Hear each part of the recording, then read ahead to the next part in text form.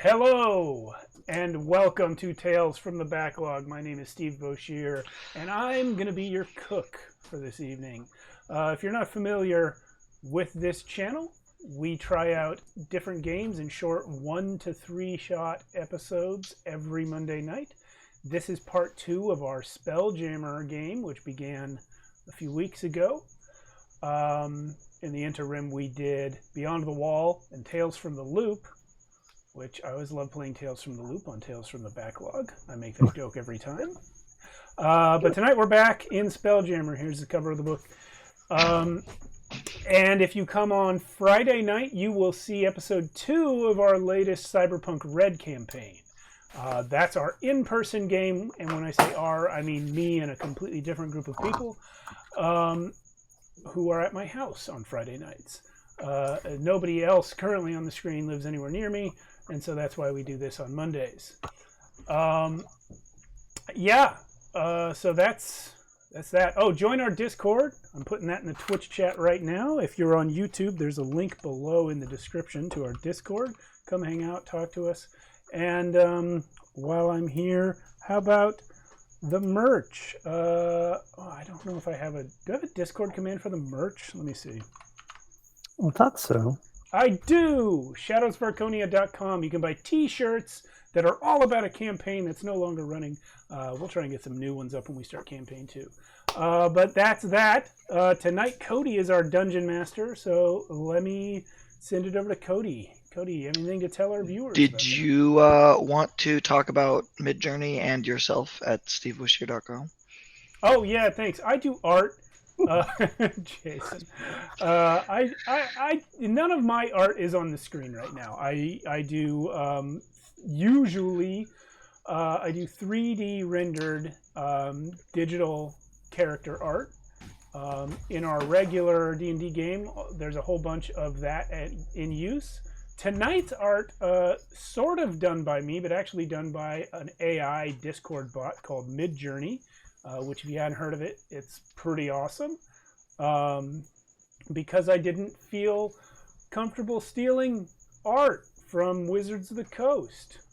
I mean, it wouldn't be stealing, we're playing their game, but they'd probably have something to say about it. Being owned by Mattel and everything. Yeah, so there's that. Thanks for the plug, Cody. I'm done now. Cool, and I am Cody, who is the Dungeon Master for tonight. I've been on the show a handful of times. My favorite series I've been on the show with was Blades in the Dark, which I'm still trying to get Steve to plan the next session for that. 2 weeks. You in 2 weeks? Oh, okay, maybe. Yes. Yeah, but that being said, I run a medley of homebrew rules that you will see throughout the night. The biggest one will be flashbacks, which hopefully someone will be using at some point. I'll pass it over to Kenny now. Flashback stolen from Blades. So should we introduce our characters again, or do you want me to just do a... Oh yeah, let's do that. It's been a break, so yeah. Let's go counterclockwise today. How about that? No, it doesn't make sense either way. Andrew's in the middle regardless. Okay. Kenny, you go first. We'll go clockwise around the screen. Okay, sure. So I'll be playing Captain Jack Notrub, who is a roguish character who is in charge of this ship. And he is a swashbuckling rogue. I'm Andrew. I'll be playing William Cooper, a stowaway who is a College of Eloquence bard. More on him later. I am Steve, as I said, and I'm playing Lieutenant Cornwallis Blasty O'Shaughnessy. I am the ship's cook. And I am Jeff, and I am playing T3M93R, or Temper, the Warforged Barbarian and Quartermaster of the ship. Yes. Oh yeah, I didn't say I am a Kinsei monk with a level in fighter. My Kinsei weapons are muskets and pistols. All right, very cool. And I'm also going to pass the recap back to Kenny. My voice isn't exactly here all tonight, so. Well, just sit right back and you'll hear a tale of a fateful trip that started from a stellar port aboard this tiny ship known as the Stellar J. We set out on a mission. I believe it was supposed to only take us 3 hours of our last game session, and we ended up getting lost in some dark corner of space as we had been hired by a man by the name of Sickis of House Vicus, if I'm not mistaken, to escort him on a mission where we weren't quite sure what we were paid to do, but we generally don't ask. We're not that kind of crew. You know, we understand people like their discretion. And so we sailed off where he ended up having a conversation with a murderous flaming comet, at which point the comet went inert, and he, of course, if I remember correctly, took something from this comet, right? Or he took his inert body, and then we continued on to the voyage to a portal where he basically left us as we were attacked by... what were we attacked by? 3 ships. 3 ships, that's right. At which point we decided to skedaddle, fighting a rearguard action as we made our daring escape, rather than taking the very obvious escape route of going through the portal, as we just didn't trust as much as the DM was trying to get us to go through that portal. It was just too suspect for us. And I believe after that fight, our ship was damaged, and we had been sitting in port now, right, undergoing repairs. Yeah, that last bit I think was between sessions. Right. All right. You find yourself at a derelict refueling station out far, far off the course as you were running from the Thycrene pirates. You were easily able to break combat with them, but not after sustaining heavy damage. You and your Housey crew have been tirelessly putting the ship back together, and you've been able to make some rudimentary repairs and essentially give a short rest to your ship, if I recall. I have you guys at 95 HP. Does that sound about right for you guys out of a maximum 250, or does that sound like you didn't roll anything yet? It sounds like we have not rolled anything yet. Yeah, I don't think that happened. Okay, then give me 1 second as we use this. I'm looking for the ships All that right. die. Yeah, let's go ahead and say how many what is that number? I'm gonna say you guys, your hit dice is a d20. Okay. And you have The strike ship? Yeah, it's not a thing on here. So let's use up to 20 d20. And why don't we have every member of the party that wants to, for every dice I want to roll one. Roll one Okay. d20, and we'll regain that much HP. Mine's an 11. Okay. 5. Does the stowaway help with repairs? If you want to not get executed, I think so. No. I got a 15. I got a 13. That's 44 total. It's not bad. Captain, roll twice because you are the captain. Okay. 3. Captain is useless. Can the monkeys roll? I think you guys being at just under half health is acceptable. Here. The DM will be nice and he'll roll 2 for you. Okay. Appreciate you. I rolled a 19 and a 12. So there you go. Wow. That's significant. That was thanks to my excellent supervision as captain. The lower of those was more than both of Kenny's. Yes. combined. Hey, I'm not doing the work. I'm captain. I'm not out there physically like sawing and putting the wood together. I'm making sure you guys are knowing how to do it correctly. So it was Do as over I the say, course not as I do. Yeah. as As I sip So- my rum. I love this art piece you have up in particular, the one before the background one. I didn't Just look as a in heads up. time. Okay. Damn. Anyways,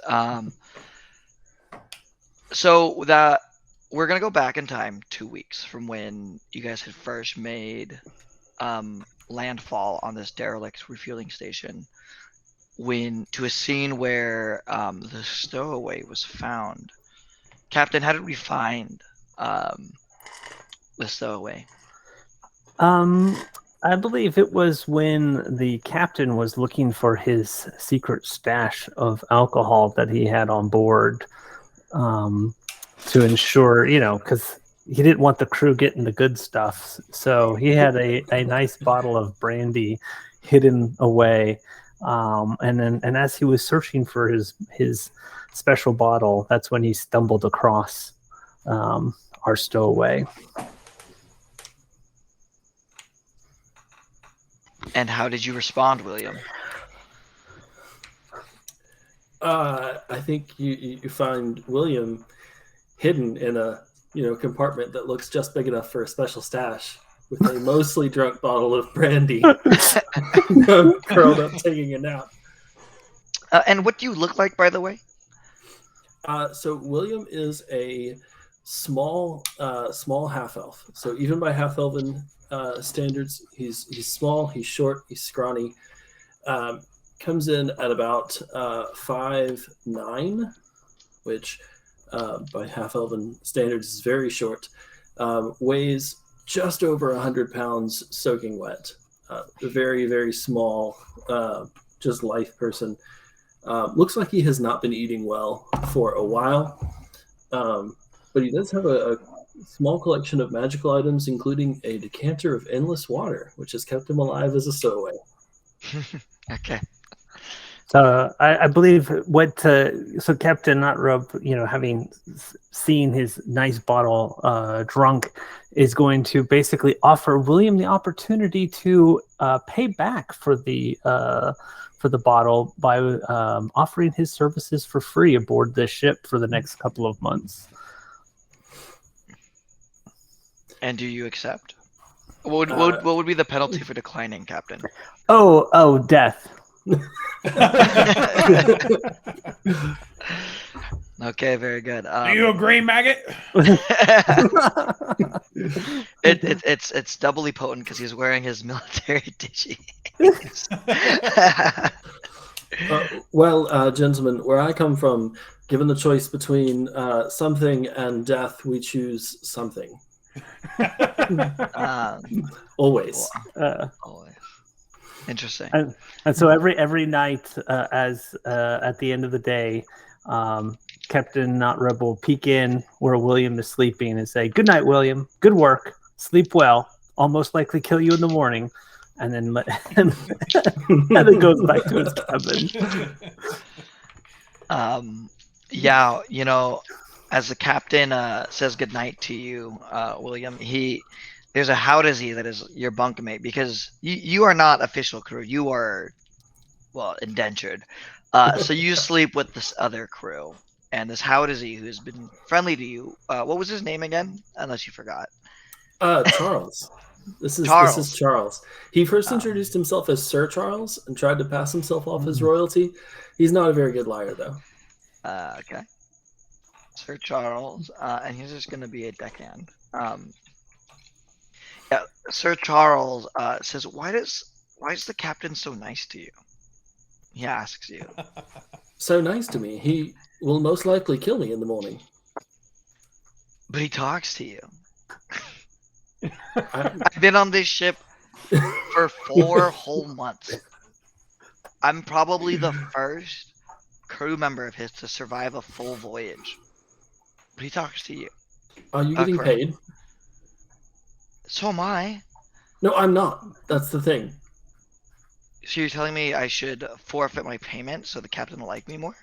No. I'm saying he's nicer to you than he is to me. Mm, I'm not getting paid. I'm just here, and most likely dead in the morning. is this high Yes. elven thing? Is this high elven custom? What? No, this is runaway custom. Oh, okay. Well, I ran away from my house. As you know, I am Sir Charles. And I have to work here as a deckhand. However, I'll see you in the morning. I'll try to convince the captain not to kill you. You are my best friend. I do appreciate that. Okay. If not for your continual intercession on my behalf, I might have been dead last week. Who knows? All right, and with that, we will go to sleep unless someone else wants to cause some mischief in the middle of the night. All right. What happened So- to the bottle? Oh, I mean, it was mostly drunk. I suppose he took it. yeah, of course, confiscated it. What was left? All right. Important note.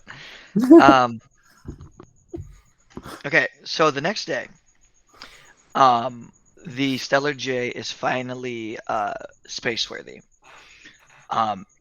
However, you have no clue where you are. You see a couple of planetoids in the distance that may have sentient life, but you have not seen any indication. There's been no other passing ships, no one passing available to be hailed. How will you attempt to find civilization so far? Any ideas? I say we go to the second star to the right and straight on till morning. Okay. Now, as you know that William is a capable spellcaster, do you trust the stowaway enough to replace Bubbles as the helmsman? Ooh, I don't know. Bubbles has served us well. Captain, Yes, Lieutenant? I don't trust the stowaway enough to replace Bubbles as helmsman. I'm a No. fantastic helmsman, I'll have you know. Yeah, I'm sure What you does the are. helmsman do? May I see your Wow. resume, maggot? Bubbles is getting paid. Yeah. It's his job to sit there and look sweaty and unconscious until we get where we're going. And then I call over. I'm like, Charles, come here. Because, I see the deckhand. I'm like, Charles, you're in walks over. charge of William Cooper here. You make sure he does everything right. Okay. And Charles hands him a mop and produces a very gross mop bucket of water that has been reused for days on end now, and it is rancid and pungent for sure. Charles, I'm not sure I'm ready to perform this task up to the standard that you've set for me. I think maybe I would benefit from watching you do it at least once more. You have such a je ne sais quoi about how you do these things. I don't know if I could mimic that. Eloquent All right. bard. Yeah, he's quite the grifter already. I mean, why wouldn't you believe this guy? All right, why don't you go ahead and roll me a persuasion check? Yeah, just normally it's So that is a 15 plus 11, so 26. 26. The Sir Charles howls and laughs at you, and he says, "Okay, you watch, but I get your portion of meat next Tuesday."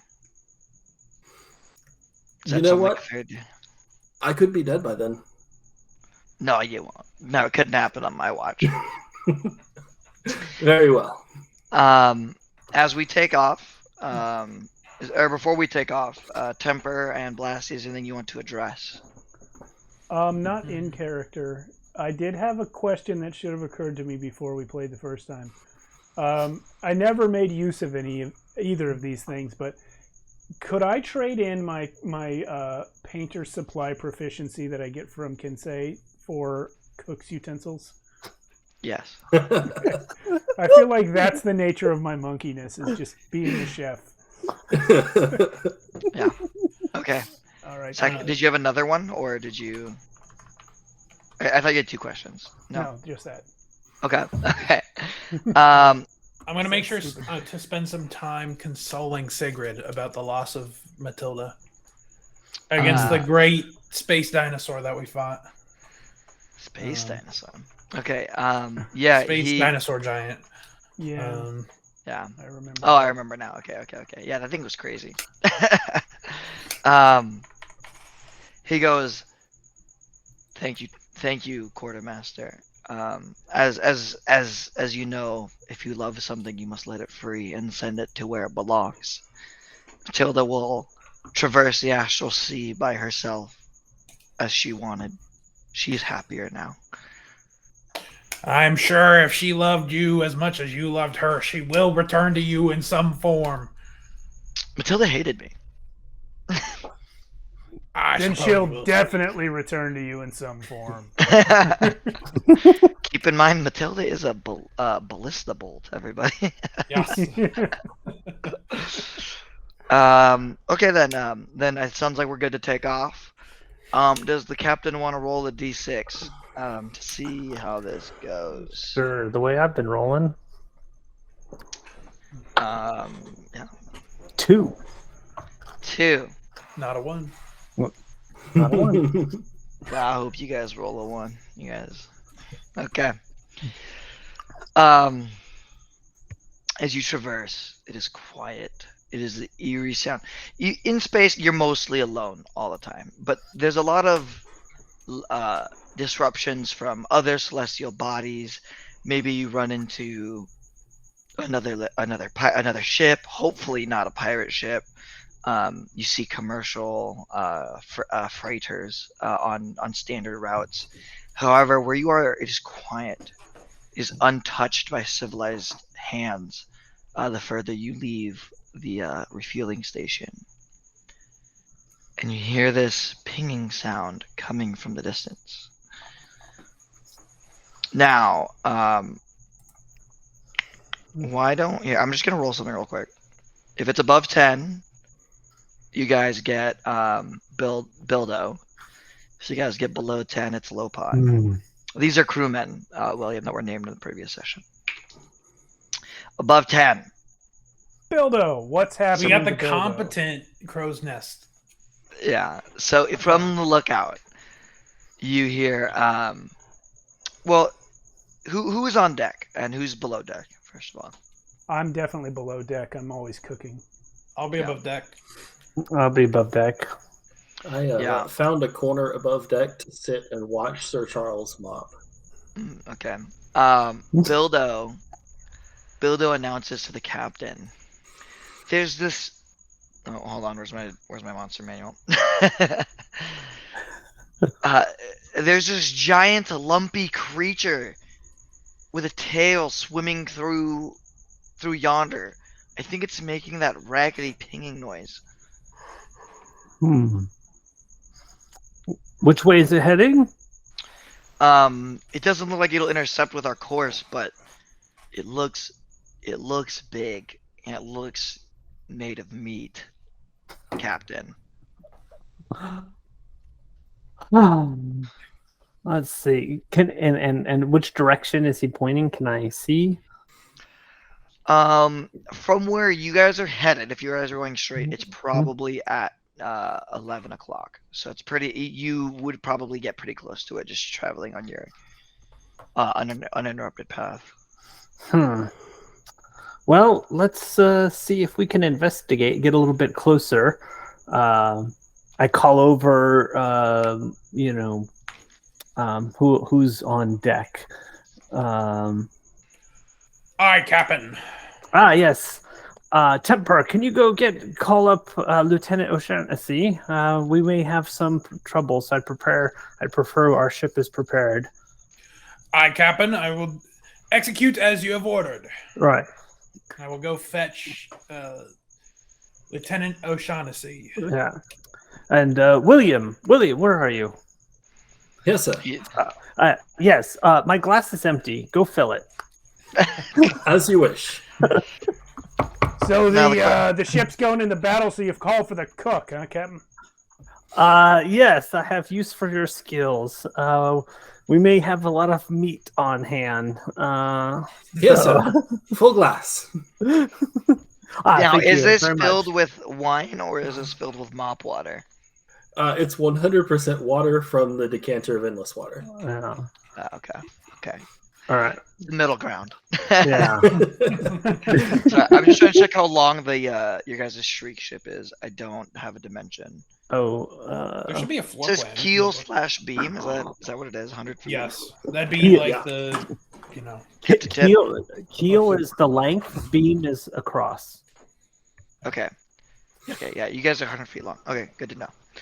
All right. Wow, only 30 yards. You guys see a massive, multi-eyed mammalian creature. How many of you have been to the material plane ever? Actually, probably not me. Hmm. Which one? not- Sword Coast. Hmm. I'm from Now- a material world. Is that the guy we're after right there? The art? Yeah. Yes. That's the guy. Okay. That's the guy. Yeah, you see a giant. It looks like just a lumpy creature with a tail and a bunch of eyes. How does he seem familiar? And they keep calling it food. You hear them howl start amongst all their crew saying, "Meat, meat, meat! Tuesday comes early. Meat, meat, meat!" Because they have now all been on Blasty's feeding regiment for a full month now. But also, you did not expect to be on voyage for longer than a month, so the meat supplies are running dry, close to empty. But the hardtack is still plentiful. Is this like a Kandori or a? is this Explicitly for Kenny to know, it is a Kandori. Okay. For Captain Jack, you have no clue. It just looks like a giant lumpy fish. Okay. All right, but it looks like something possibly edible. The how does he seem like they know what it is, and they keep calling Okay. it. They like seem very confident that's edible. All right, Sigrid, man the ballista, and let's see if we can get ourselves some meat, boys. So you guys are going to engage this, docile creature. That's up to the captain.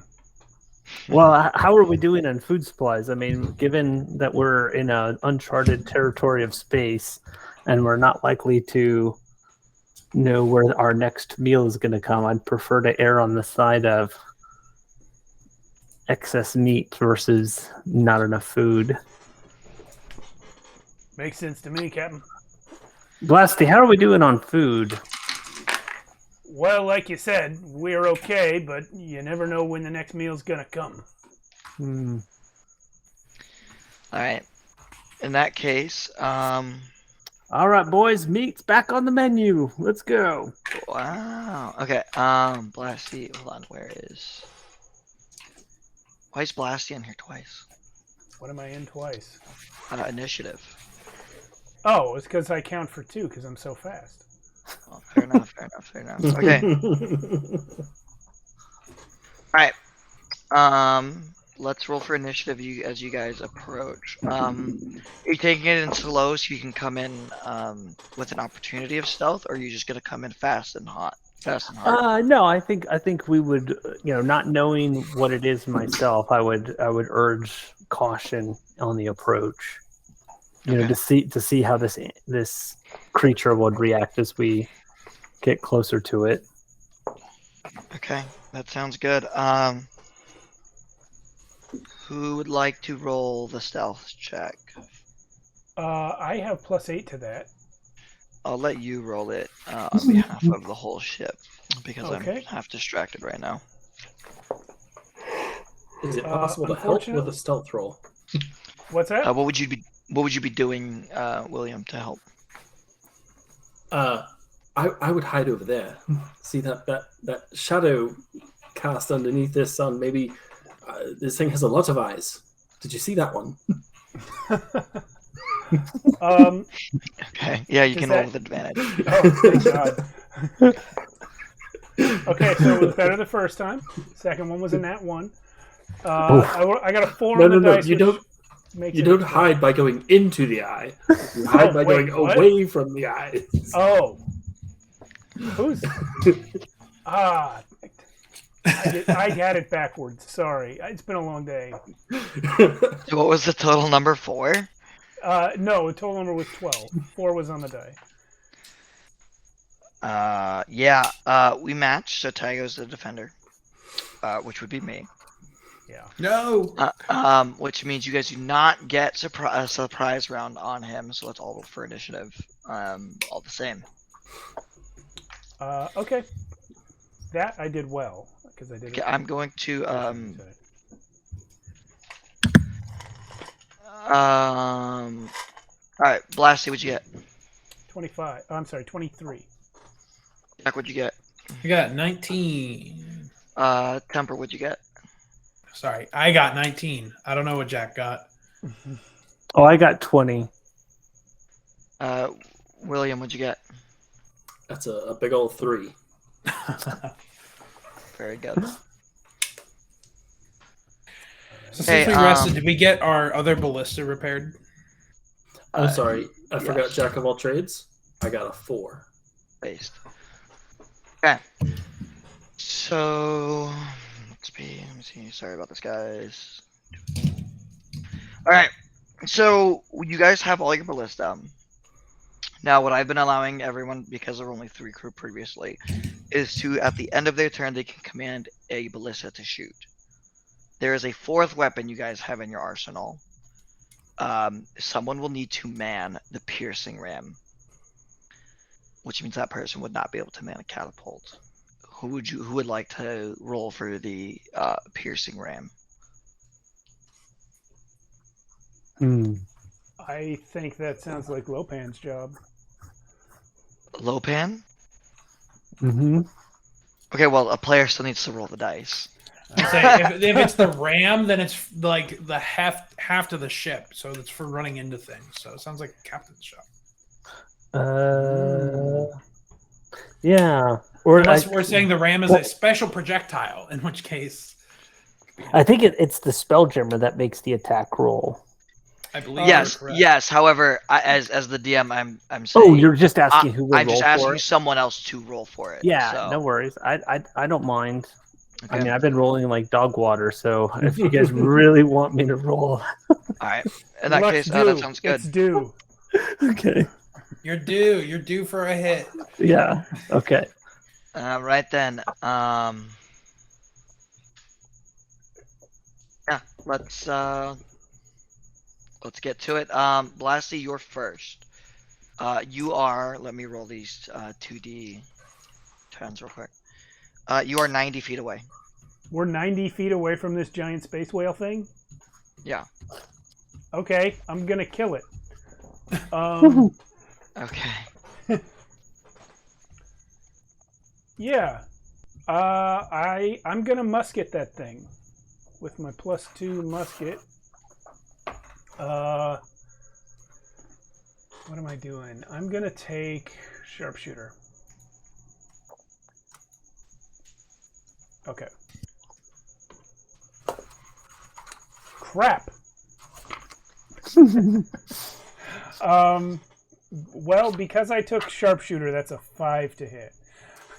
Okay, that misses. No, wait, I'm sorry. It's a 10. Okay, well, it doesn't miss. This thing is as big as a whale. In fact, it's bigger than most whales you've seen. Actually, you haven't seen a whale before in your entire life. But you hit it, but you just maybe you hit it where there's all cartilage, but it seems totally unfazed. Okay, that makes sense. I mean, there's no way you'd miss. You're Blasty. Yeah, I can hit a whale. Let's try another shot. Okay, that's still sharpshooter, and it is 20s. I'm doing math. Sorry. To 22 to hit. Yeah, that'll hit. Okay. The damage is going to be 23 damage. Cool. By the way, do you want me to just assume you always have sharpshooter on? No. Okay. No, because sometimes I may not want to. Okay. But thanks for asking. I have not spent any key points this round, so I don't get a third attack with that musket. So that's it for me. I guess I'll have a ballista go. Do you remember the stats, or do you just need me to tell you real quick? I need you to tell me. It's a +6 to hit, and then it's 3d10. And you are definitely in range. Okay, 18 to hit. Yep, that hits. Okay, 1, 2, and 3. What's the name of the lead Howdesy firing the ballista? That is in my notes. Sig- Sigrid. That's Sigrid. Okay. That the one's guy? mine. He's been taken away. He's been taken away. Nope, you gotta get a new name, Jeff. The damage from the ballista is 14. Okay, awesome. Jeff looks so sad. Okay, it's the end of Blasty's turn. Captain's up. What's the call? So Captain Jack will order so we only have 3 ballista, right? Yeah. He's just gonna like nonchalantly, just because it seems like fun target practice, just take a shot with his own pistol, or musket. He'll line up a shot, steady aim, and try and plink so away give at. yourself advantage. Okay, sounds good. Yeah. Shoot one of the eyes. He's due. I wish you could see it, because I have D&D Beyond roll automatic with advantage. Just I rolled 2 nat 20s. Nice. All right. Congratulations. Yeah. All right. Firm crit. The 1 in 400 shot. Yeah. All right. So when you calculate your damage for me, All right. did you sneak? Are you going to sneak attack? By the way? Yes. So Okay. I thought I'd at least ask. yeah. So it does 44 points of damage.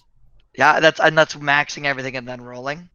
Oh, I didn't max everything. So is that you wanted me to do the max? So I want you to max your sneak attack damage, and I also want you to max your weapon dice, and then I want you to roll as if you just made an attack. Okay. So the roll was a 22. So I just got to see what the max would be, because I don't have it on the top of my head. So 22 plus 16. That's 38. And then my sneak attack is. Hold on a sec. That's without sneak attack. Features is 24. So what did I say? 38 plus 24 is 64. 62. Or 62 damage. Yeah. 62. Oh, sorry, stream. I didn't mean to whistle like that. 64 damage. 62. 62. Okay. All right. You have bloodied it. As you line up your shot, you're like, man, you've been feeling off all day, and you think that like something active will get your mind right. And lo and behold, you are right. You whip up your rifle, you take aim, squeeze the trigger, and it just sails directly into the eye. The whole Kindori, it starts to turn belly up as it is clearly taken a significant amount of damage at this point. How would you like to command? I'll let you do the ship movement command now, because you need to get within touching range to stab it with the Spelljammer. I think if we've already sufficiently damaged it, I think we should just keep plinking away at it.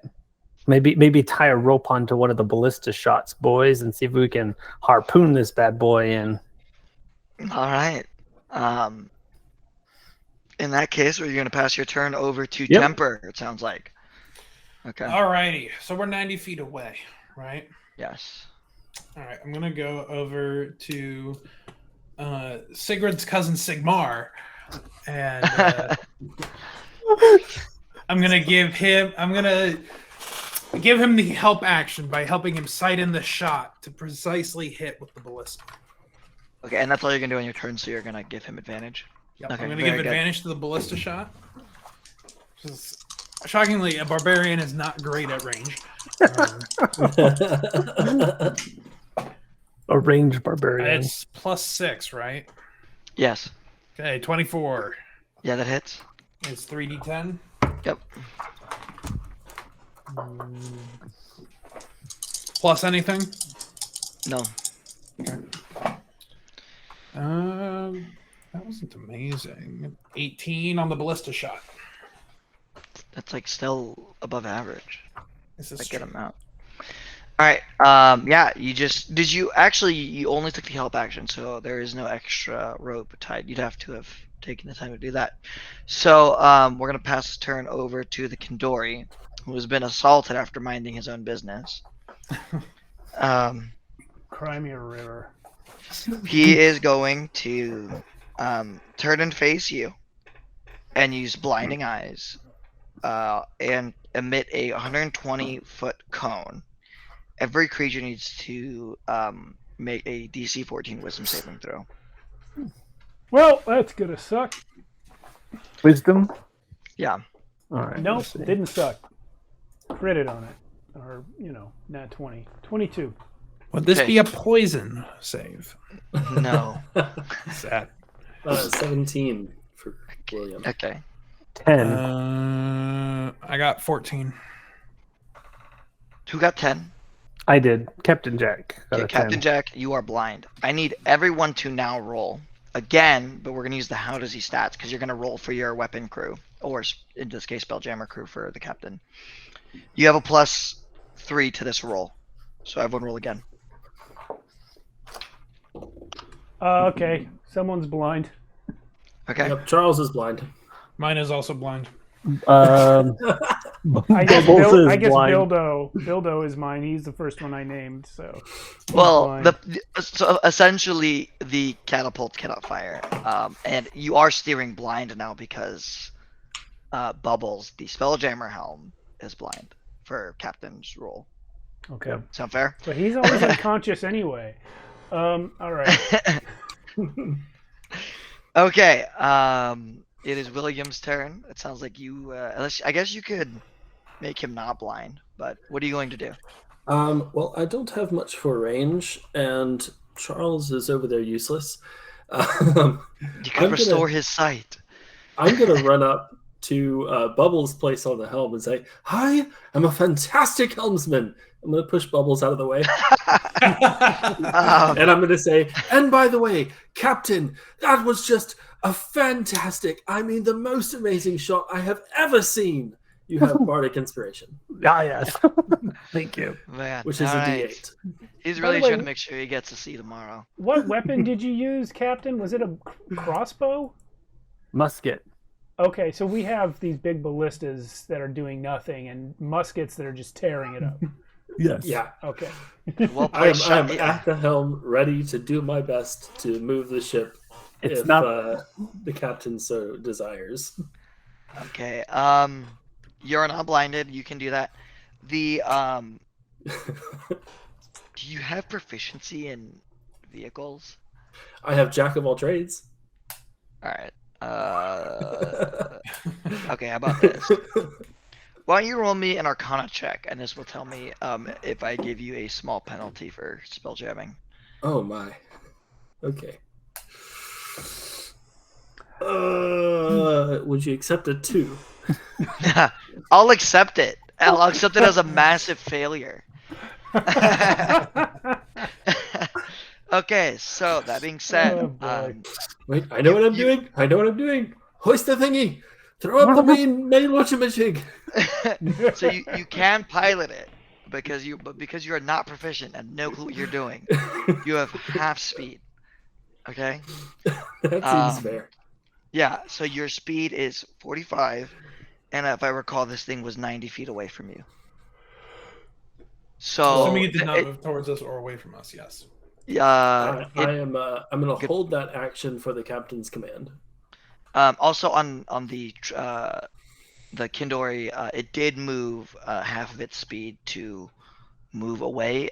It could not move its full speed because it was knocked prone by being bloodied. Shot in the eye. Prone.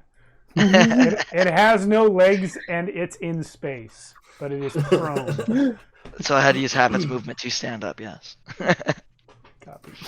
That makes sense. Okay. So just because your ballista crew is blind doesn't mean they can't shoot. William, if you really want Charles, to try that. it's over there. Have your shots there.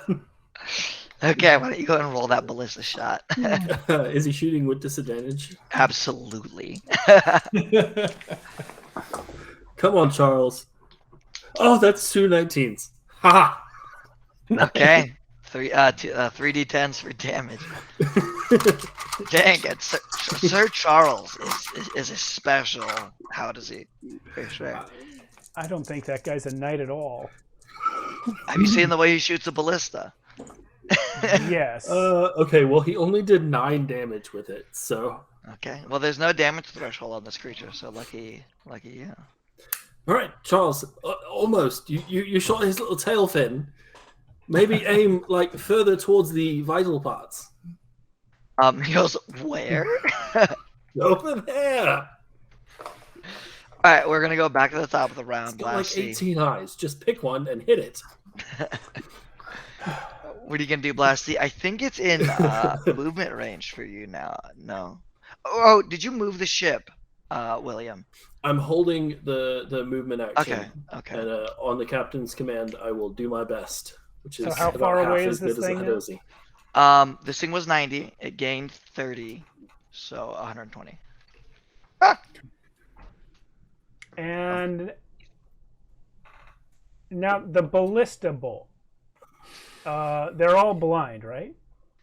Yeah, I think all of the how does he failed. Yes, which is beautiful. Am I allowed to have my ballista crew shoot before my turn or during my turn instead of after? I have had them do it at the end of your turn, maybe. But what are you trying to do? I want to ride the bolt to the whale. Okay. Yes, of course. In this one instance, I will allow it.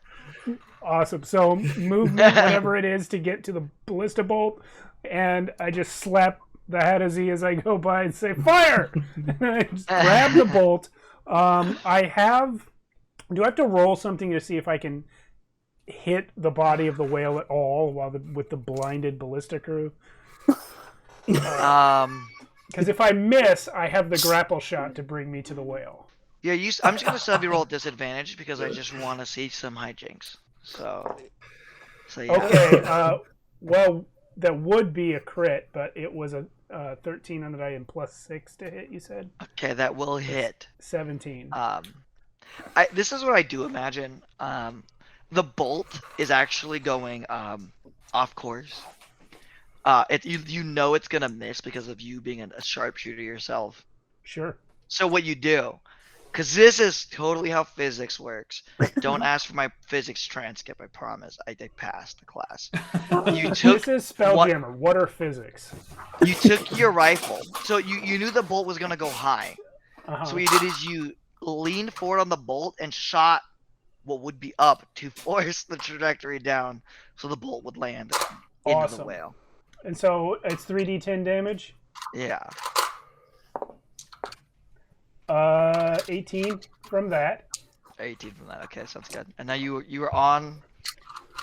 I am on the whale, and I'm gonna shoot it with my musket, point blank. You're within 5 feet of a. I have the gunner feet, so it doesn't matter. I was gonna do that to you anyway. It's a whale. It's kind of like shooting the ground. But you have disadvantage on that too. So what's the big deal? Okay, so I am gonna try and find an eyeball or something. But let's see how I roll. Okay, so yeah, you'd have to like run up to the side of the thing a little bit. Okay. I assume it has its own gravity. Yeah, it has its own gravity and actually atmosphere, which you were surprised to realize as you entered it. That's good. That's good for me in this situation.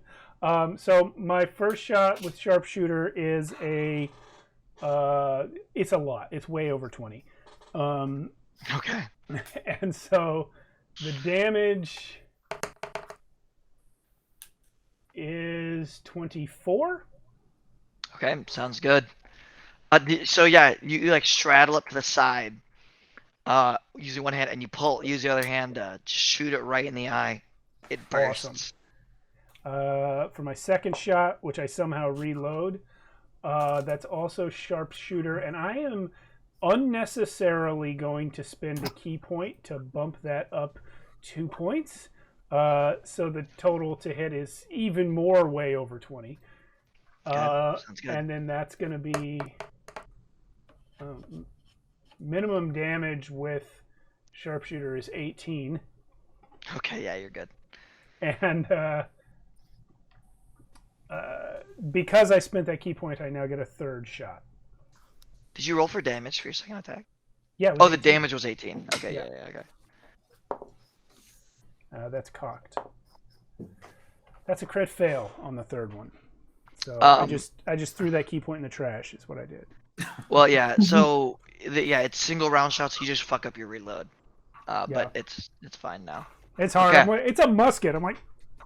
Yeah, and you have to hang on to the Kandori still, you know. Right. Oh, I guess no, you don't. It has It has gravity. I'm gravity. standing on it.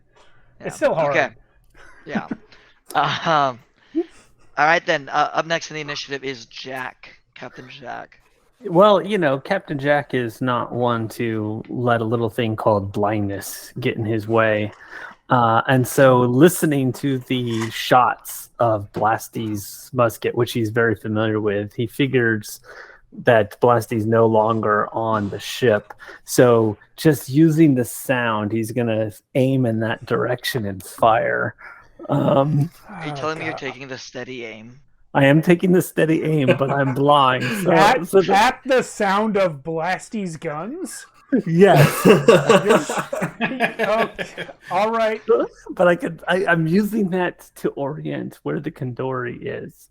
Okay. So okay. I think Yeah. Blasty's attitude, shit happens.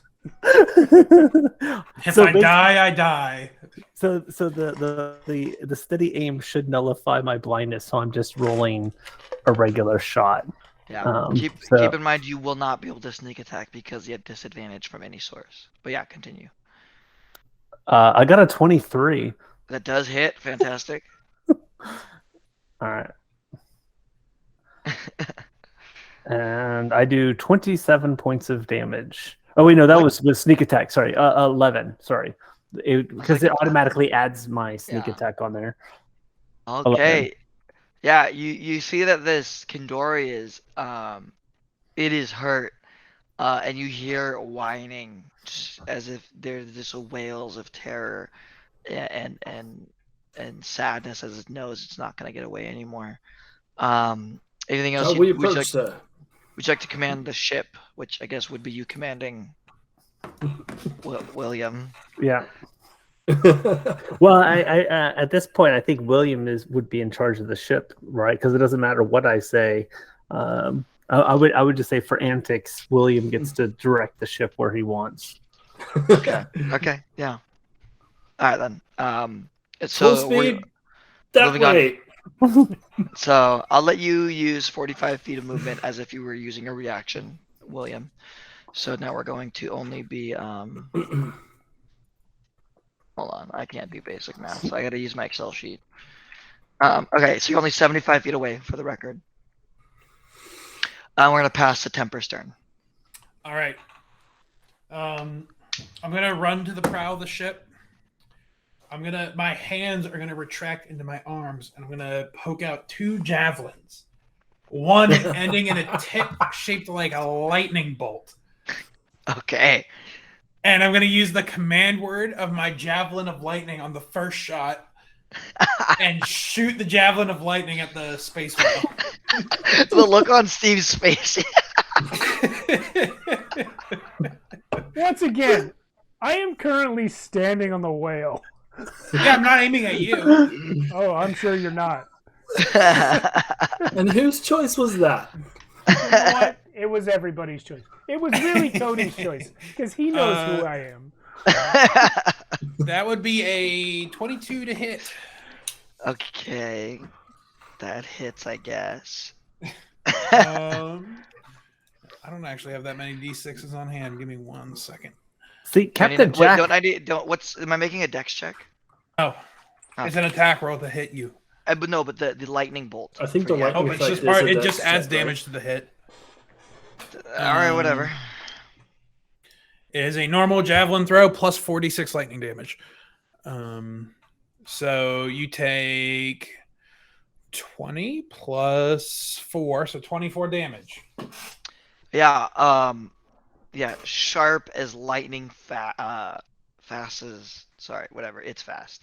It goes. It cracooms through space, and it goes clean through the Kandori as you now hear the wailing cease.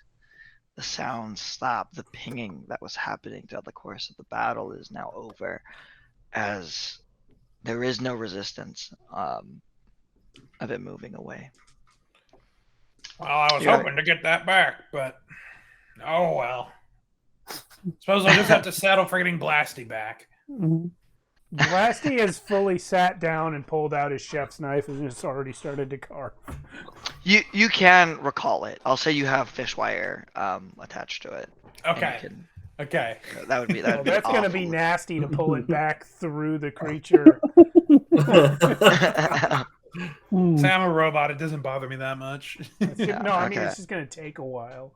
Yeah, that's It's true. better than losing it. I mean, I guess you could just cut it and then attach new fishing. Yeah, once you just keep it from getting away. Yeah. Yeah. Okay. And I changed the other javelin back into a hand. Fish. I'm over there just cutting out hunks of blubber. I didn't even know you could do that, Temper. I'm just full of surprises, scallywag. How can we hear each other? There's nothing stopping the sound. I suppose you're right.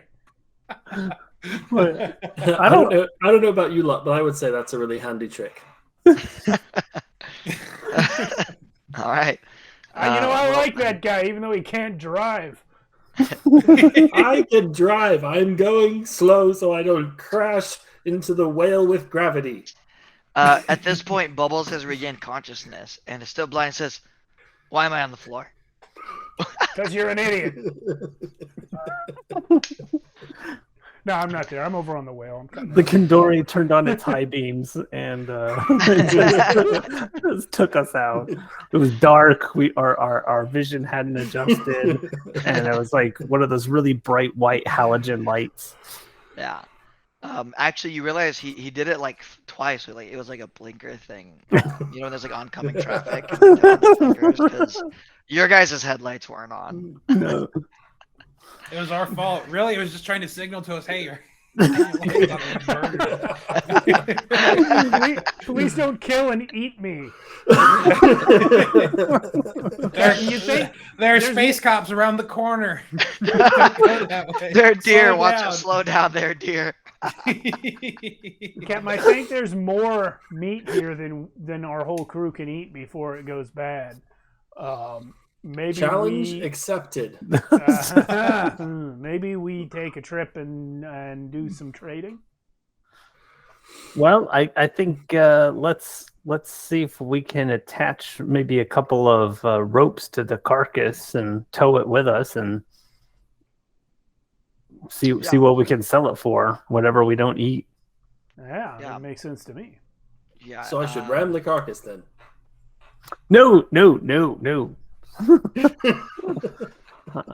Oh no, we don't. Not unless you want to be out there cleaning that ram later. You know what? I'm just plying William with liquor the whole time he's in. So Charles can show me Spelljamming how helm. to do it.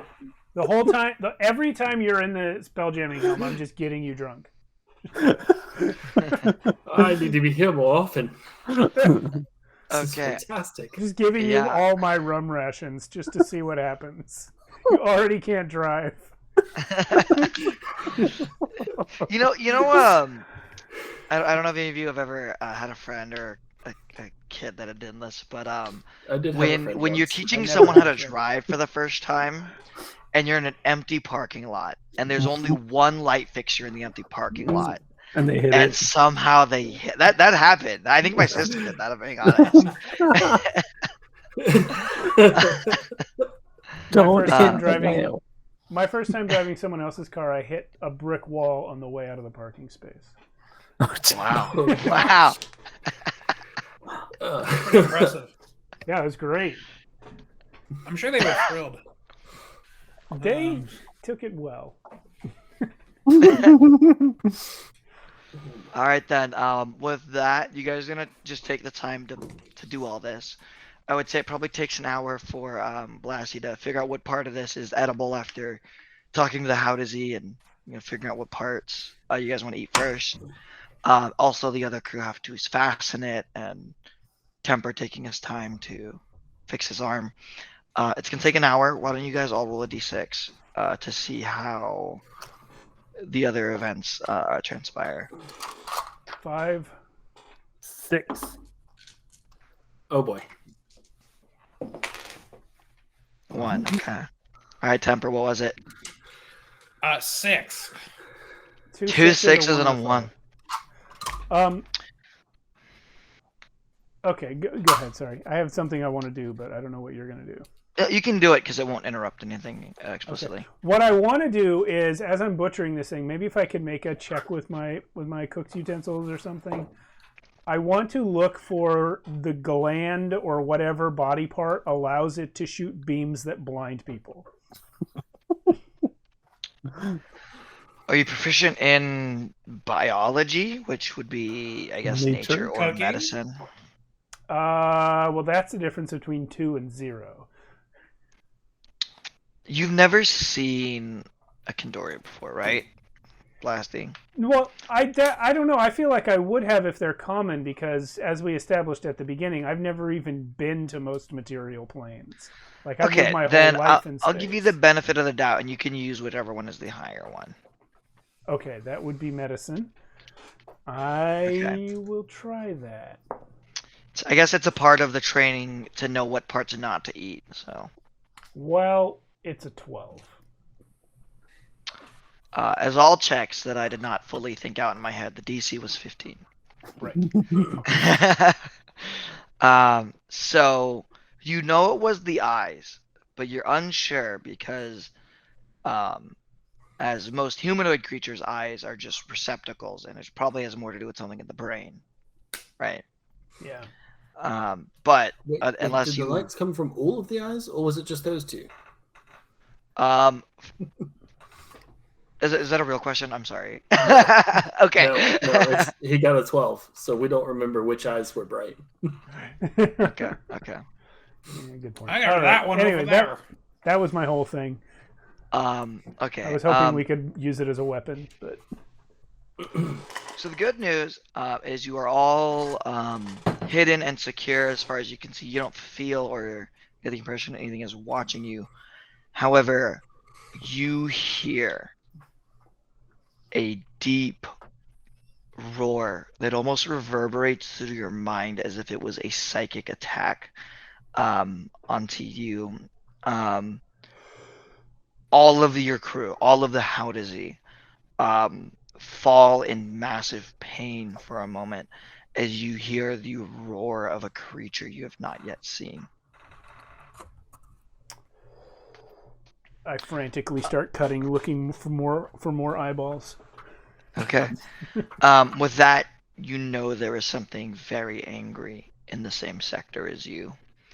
Do you want to continue the course that you were traveling? The roar explicitly came from where you guys were coming from. I say we go in the opposite direction So of if we wherever keep that roar going was on coming our from. path, we will stay ahead of it because we are fast. Sure, we're So telling you a whale. believe. I'm gonna surrender the helm back to. Wait, are the Howdizzy still blind? No, that was only a minute. Okay, I want to surrender the helm back to Bubbles and take out my pan flute, and I want to start playing a little ditty and I would like to use my counter charm ability. Okay. Just to keep it going in case something happens. Yep. So we would have advantage on all friendly creatures within 30 feet of me have advantage on saving throws against being frightened or charmed. For clarification, we have already tied the Kandori to the ship and are towing it, right? You are free to leave. Yes. Okay, so then With it. Then I am not getting the counter charm because Blasty's on the Kandori doing the butchering, and so not within 30 feet of William. He could technically stand next to the side that you're attached. Oh, how are you towing like a truck hitch, or are you towing like you strapped to the side? Like a truck hitch, I was thinking. Yeah, like it was behind us. Okay, I just wanted to check because my brain said attached to the side for some reason. Yeah, my thought was okay. like we just wrap a rope around its tail fin, its dorsal fin, and just be sort of like space dragging it. Yeah, probably numerous ropes. Mm-hmm. Yeah. Okay. Yeah, you have some very durable things that are very reliable. Some type of metal fiber. Okay. In that case, you continue on. You have enough meat at this time, Blasty, so we could get a meal started if you wanted to. I think I'm more filling the stores than I am cooking dinner. Okay. Okay, that sounds good. Now you see before you two celestial bodies. Something that looks the surface of the not planet, because it's not big enough to be a planet. Maybe a small moon. It's somewhere where you could feasibly land for sure. But it seems to be covered in a translucent gel. Maybe it's hard to tell. It's definitely not opaque. It's semi-translucent. Hmm. And the other one is you can the other astral body you see is a comparable size, but it looks solid. It looks like you could touch it. It is mostly gray, and it resembles much of what our Earth and Moon looks like. Hmm. But there's definitely structures you can tell if you look through a spyglass, implying that there was or is civilization there at some point. Hmm. Curious. Yeah. So we've got one body that looks like it's covered in some sort of slime and translucent something, and another one where possibly civilization. Yeah. Yeah, and I mean, we don't know where we're at.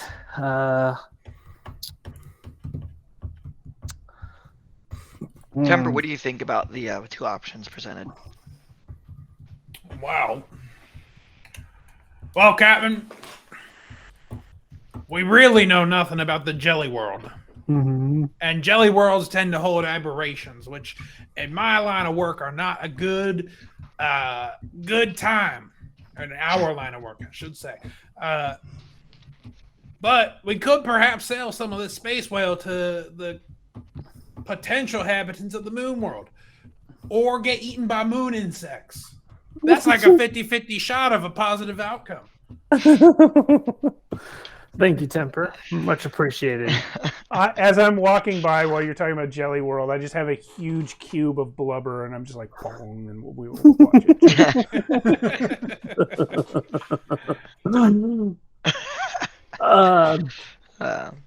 Well, I think we should see if it's even inhabited first. Maybe Bubbles can, have us do sort of like an approach without going directly towards it, just to kind of see if we see movement or life on said planetoid. I agree. If we get shot out of the sky doing such a maneuver, we will know if it's inhabited or not. I love that he said that. I agree with this course of action. So just to be clear, you are going with option B, the latter option. We are going to the. That's not a moon. That's a space station. Yes. I think. Yes. Everything sounds like a good idea to me, Captain. Yeah, all right. I'll go to that jelly world if you want. Maybe it's plasmoids. We don't know. They could be nice. Maybe True. jelly is delicious with Kendori meat. But there's slimes on that world. They might trick us. One time I met a hyper-intelligent Jeff, you can't be telepathic saying gelatinous cube who was super friendly.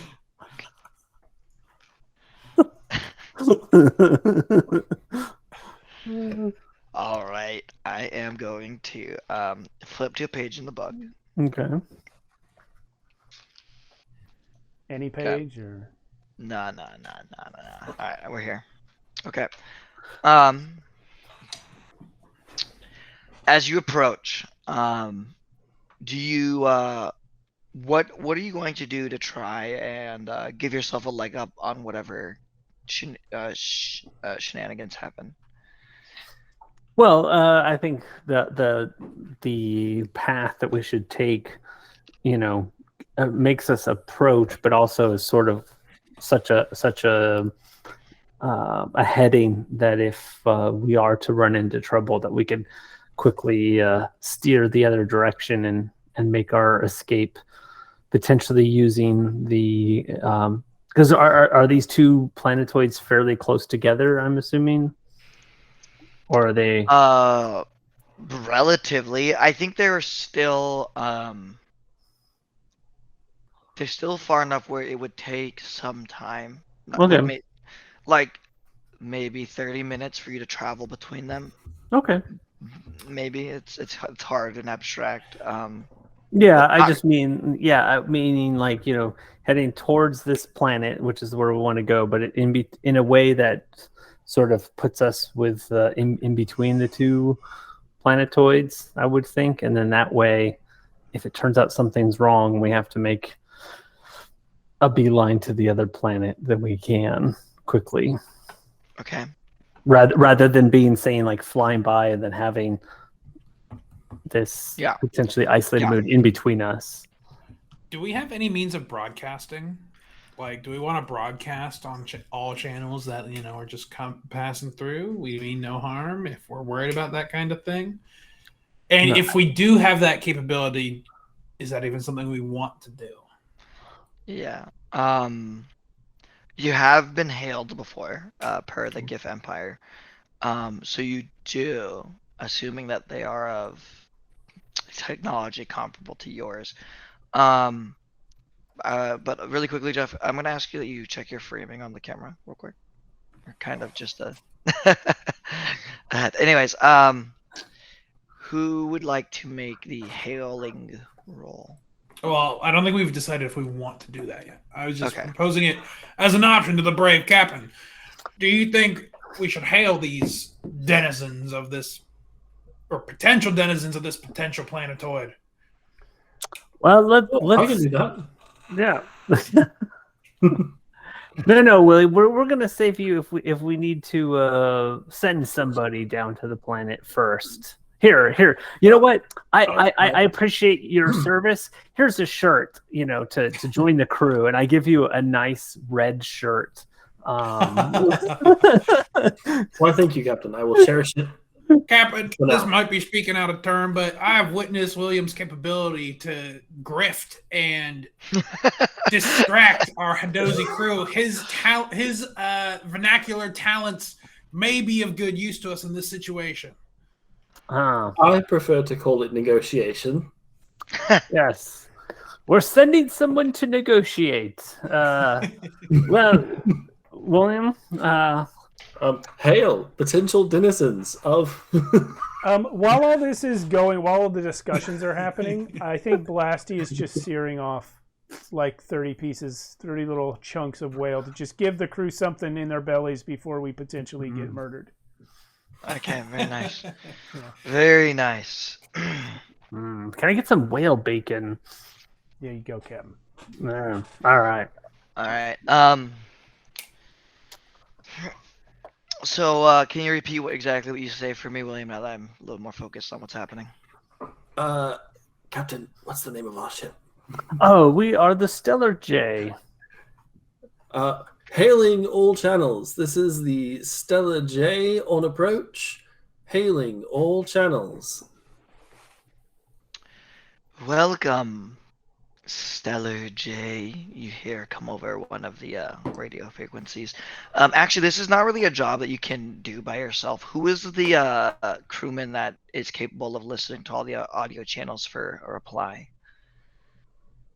Who's comms expert, William? Who just told you what was said? Oh, Charlie, of course. No. Charlie's He's my buddy. swabbing the deck right now. He's busy. Oh, that's right.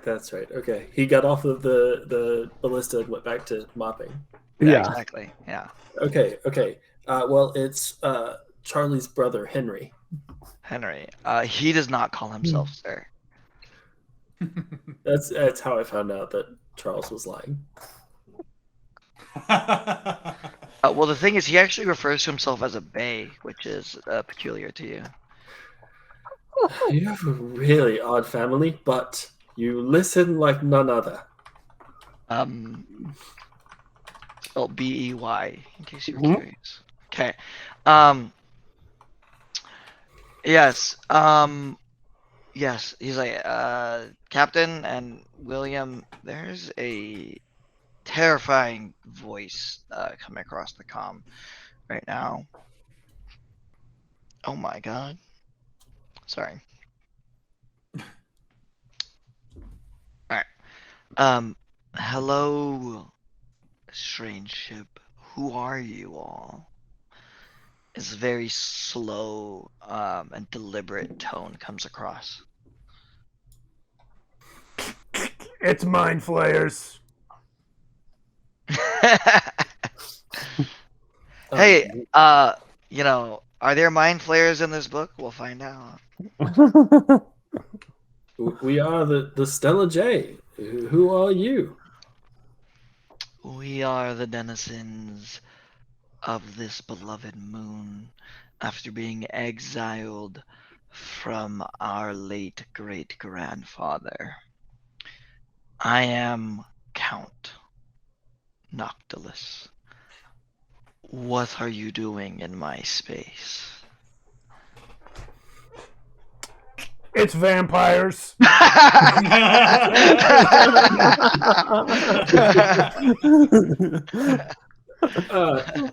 Captain, what are we doing in this space? We are just leaving. Turn around, Bubbles. And I order Bubbles to turn the ship around and go the opposite direction. Terribly sorry to disturb you. I hope you have just the most fantastic day. We'll be on our way now. You hear how they talk like they're not used to making audible sounds? It might be vampire mind flayers. I gotta go grab another book. I'll be right back. All right. Hey, Cody, do we want to take the break here? Sure. If you're going to get up and We can resolve this. No, that was a joke. I'm not actually getting that book. Oh, I was gonna get because I needed a regular monster manual to go get the mind flayer. I do have a break planned in about 10 minutes ish, depending on how long this takes. Cool. Okay. No. I insist. As royalty, I should entertain those that enter my realm. Please come. I see you've captured a delicious Kandori. Might we feast and break bread? Maybe we can figure out what you really need. Clearly you don't belong here. Okay. You're right on one count. We do not belong here. We shall continue our corrected course. Oh, we couldn't leave you stranded out here. Not after that death howl we've seen. Not stranded. That works fine. Yet. Captain, is there anything you want to interject with? No. I have given. I've been given Bubbles his orders to withdraw from this sector of space, and I love the hardened sailors turning around and running from the creepy voice on the radio. It could just be some kids in a trench coat, playing a trench coat. Yeah. Great. I'd recommend you join us for dinner. Oh, come on. When they say it that way. Luckily, I do not have blood. If they are vampires, they are not a problem for me. Motor oil is not appetizing. As you clearly disregard their invitation for dinner. Is it an invitation for dinner or an invitation to dinner? It is an invitation to dinner. Good thing you got that red shirt. They're going to fire upon your ship with from the planet? From the planetoid, yes. With a something called a giant cannon. Do you guys remember the AC of your boat? I think it's 15. I've got it right here. It is 27. You meant 37, right? If it was an Avernus craft, that'd actually probably be close. Yeah. What if, can you do some unsettling words over the radio? I don't know if Willing can out creepy the vampirates. I mean, he's very persuasive. Can I shoot at the incoming missile? Is that your way of saying you want to deflect a missile? You know what, Cody? Yes, it is. Okay. Well, I hit currently. Okay. Okay. With a 24 to hit. I'm against your 14 wood AC. And the damage? 15 wood. Would AC. you like me to roll, or would you like me to take the average? No, roll it. Roll it. All right. Well, I do not own 16 D10, so I will have to get a bot. Oh my God. Wow. I'm going to deflect this missile, you guys. I'm on the whale. Remember, we've turned and we're flying away. So Right. I'm on the whale. I'm the only one that can deflect the missile. If he rolls max damage, I think he kills us. Yeah, okay. Wait. Why is my bot not working? Save us, Blastios Odyssey. You're our only hope. Wow. it, boss. I rolled average. I rolled D, and it's the same number. Okay. You guys take 88 damage from the first shot of giant cannon. Okay. Queen bed. I'm going to roll 1d10 plus 11 to deflect the missile. Is that because your prof is +4? I don't know. It's just giving me the number in D&D Beyond. Oh, it's your level. I thought it was your level plus. It is Your monk 1d10 level. plus Dex plus Monk level. Oh, do you not have +5? Okay. Yeah, so I have Took feet. my Dex is +5 and my Monk level is only 6 because I have a fighter level. Oh, okay. So it's All right. 1d10 plus 11. Okay, very good. 15. So whatever you rolled minus 15. Okay, you did and not also- reduce it to 0, so you cannot throw it back, unfortunately. Oops. However, yeah, I think I do what I said. It's coming in, and I'm just gonna shoot it, which will knock it off course a tiny bit. And, I feel like you had to use the ballista, which would be still badass. but I'm on the whale. Maybe I hit it You with the are tail. monk fast. Okay, so I get to the ballista, and yeah, And yeah, that quick works. shot it.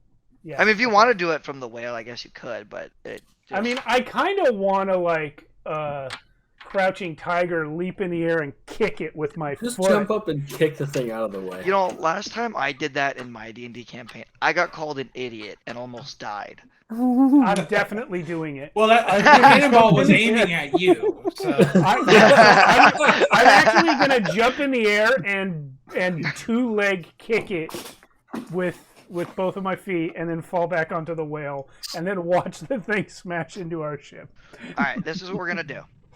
All right. Okay, we are going to roll. I don't know what.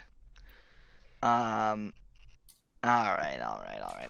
I'll give you a fair chance. I'm gonna roll the 2 hit as my plus modifier.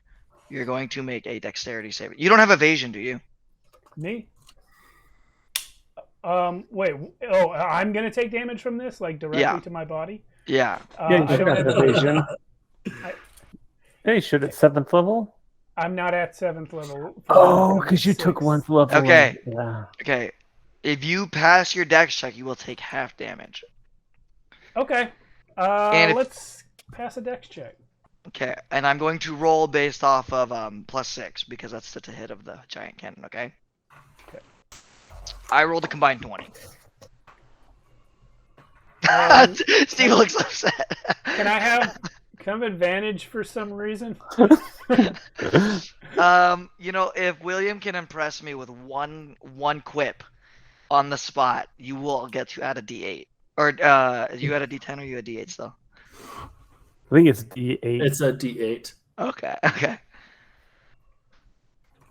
Listen, Vampire Feet people, I don't mean to tell you how to run your business, okay? But if you want to invite us to dinner and like suck us dry of all our internal organs, we need to be in one piece for you to do that. And giant missiles tend to leave like destruction in their wake.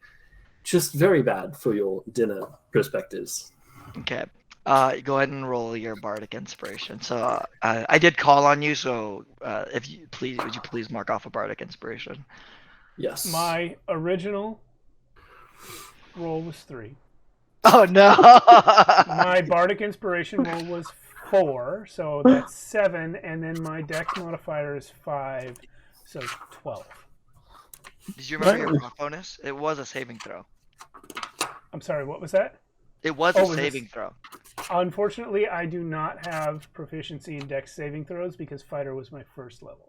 Oh, R.I.P. and pepperoni. This Okay. whole past 5 minutes has been me being screwed by that fighter level.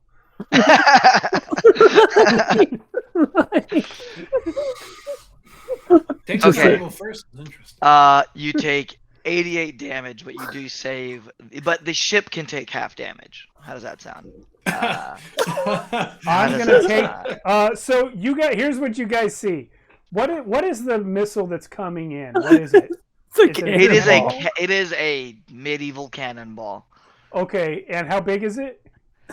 It is Very. It's probably I don't have an It was object in my shot from room. a giant cannon, so Yeah, I want to say it was probably 10 feet diameter at least. And what was the damage you just dealt me? 88. 88. And I took Did you half? die? No, you take full. The ship took half. Okay, that's fine. You reduced it by 15. Yeah, Yeah. I did reduce it by 15. I'm then- going, but just to be clear about what happened, I'm not doing the deflect missile because you are getting 44 out of 15 now, so Sure. you're already getting a bonus. Okay. Yeah, that's fine. So you're actually making my deflect missile better at the cost of my life. Of your body. Yes. So you guys see this giant cannonball coming, and there's Blasty on the Kandori carving it up, and I'm like, "Don't worry, Captain, I got it!" And I jump in the air. I kick this 10-foot wide metal ball that's moving faster than our ship with both legs. It tilts off course just very slightly, and I am knocked all the way across the whole ship. I probably hit every mast and every board on the way, and I am fully dead. No, I'm not full dead. It didn't do twice my max, but very close to twice my max. I have 47 max hit points, and you got me 88. Yeah. If my max were 3 points lower, I would be full dead just from that. From full. I want to say when I did that as a bard, I also was like within 6 hit points of being total killed. So, congratulations, we shared an experience. Your Good beloved thing he cook, rolled average. Yeah. your I- beloved exactly cook average. maybe is dead. I yell for the medic. Medic! Okay, who is that? That's a medic is Howlahan. Yeah. Hot Okay. Lips Howlahan. Hot lips. Okay. I have so many Hadozi in my notes section. Yeah. I'm glad someone has them in their notes section. Oh, I have them all listed. I The want to run Excel over sheet does not to- lie. Are We have we in named 10 of them. initiative right now? We are not an initiative. Okay, I want to unless you run would over like. to Could O'Shaughnessy. be. O'Shaughnessy! I want to cast a 3rd level Cure Wounds on him. O'Shaughnessy! I told you I'd It's take care of still- it, Captain. It still hit the ship! No, it didn't. It didn't. I took care of it. No, look, like the thingy is down, okay? The main hoisted the jigger, it's gone. It's good. What do you know about it? You don't even know how to drive a ship. I know what a giant hurling metal ball of death looks like. I will say, Yeah. even if the cannonball was deflected, Blasty, you lived up to your namesake and blasted many divots into the deck of this here ship. How much of the damage was caused by my body? Most of it.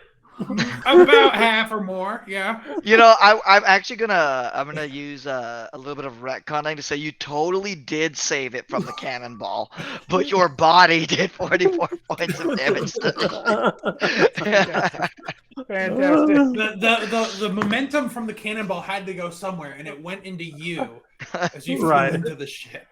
William, plus how side, many you points get, did I get out of your cure wound? 29 hit points back. Oh, that's awesome. Thank you very much, sir. For the record, the Oh. ship has 130 HP left. Now, Hey, ship is fine. All right. O'Shaughnessy, I think we're getting ready for another shot. Can you do it again? Yeah. Let me just go downstairs and get something first. As you're like sitting up, I hoist you up by your like lapels. I dust you off a little. When you set me down, my legs just do not hold me up. I just I'm gonna go ahead and say, I want to say Kong, but he's dead. Lopan. Lopan comes and helps you downstairs. okay. Okay, you have exited the scene. And now, Count Noctilus says, "Oh, please, I insist. I haven't had guests in forever. And those plasmoids are not exactly the best guests. They're quite rowdy. To the plasma. Please let us serve you." Wait, you just shot a cannon at us. Well, yes, because you're not allowed to leave, but we do want to feed you. Lopan, can you go look for my He teeth? wants to feed us, which is not being missing, fed like, us.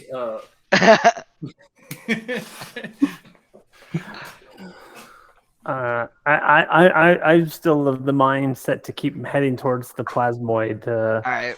Captain, if I may, I don't know how many more of those cannon shots we can take.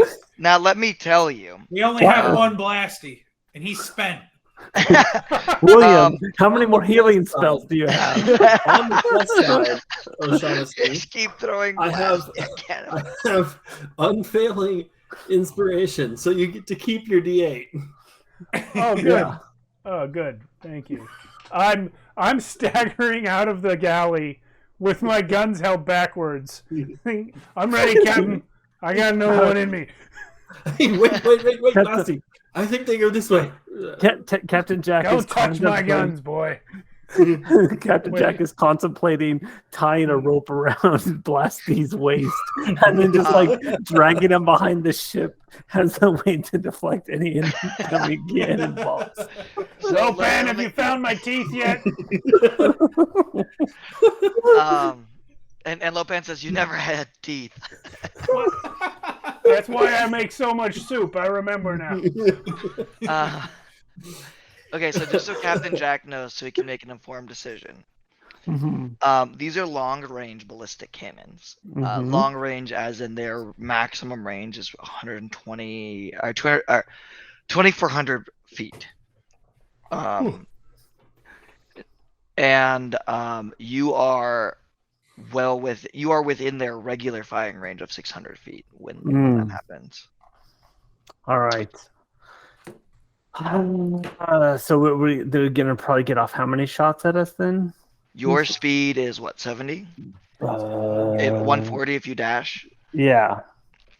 And you were saying we're how? Sorry, I didn't have the numbers in front of me. You are within their base firing range, so you are Right. at 600. We're at 600 feet. All right. So Which like, means it these would 5 take rounds? dashing at least 12 rounds to get out of range. Do we Yeah. have cover from And- the Kendori that we are towing? Consumer's my thought, boys. Think about it. I'm thinking about it, Blasty. Here was my idea: is we tell them we're coming for dinner. we turn to make it look like we're coming towards them. We go full speed dash, and then at that moment, Blasty cuts the Kendori. We pull up and just send the Kendori carcass straight towards them as a missile. There's we an located the idea. cannon, Captain. Yeah, where is the cannon? Is it in orbit around the planet? Is that why it's within 600 feet of us? Yeah. So they have a small battle station, a small defensive platform.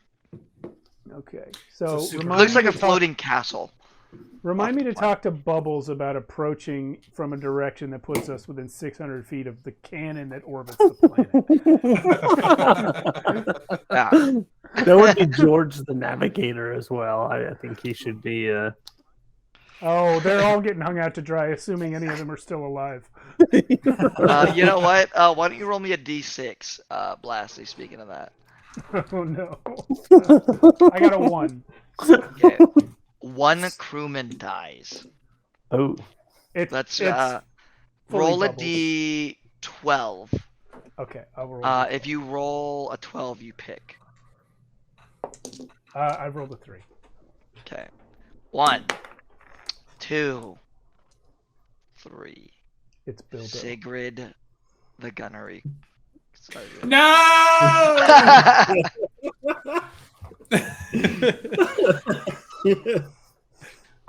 He did not make it.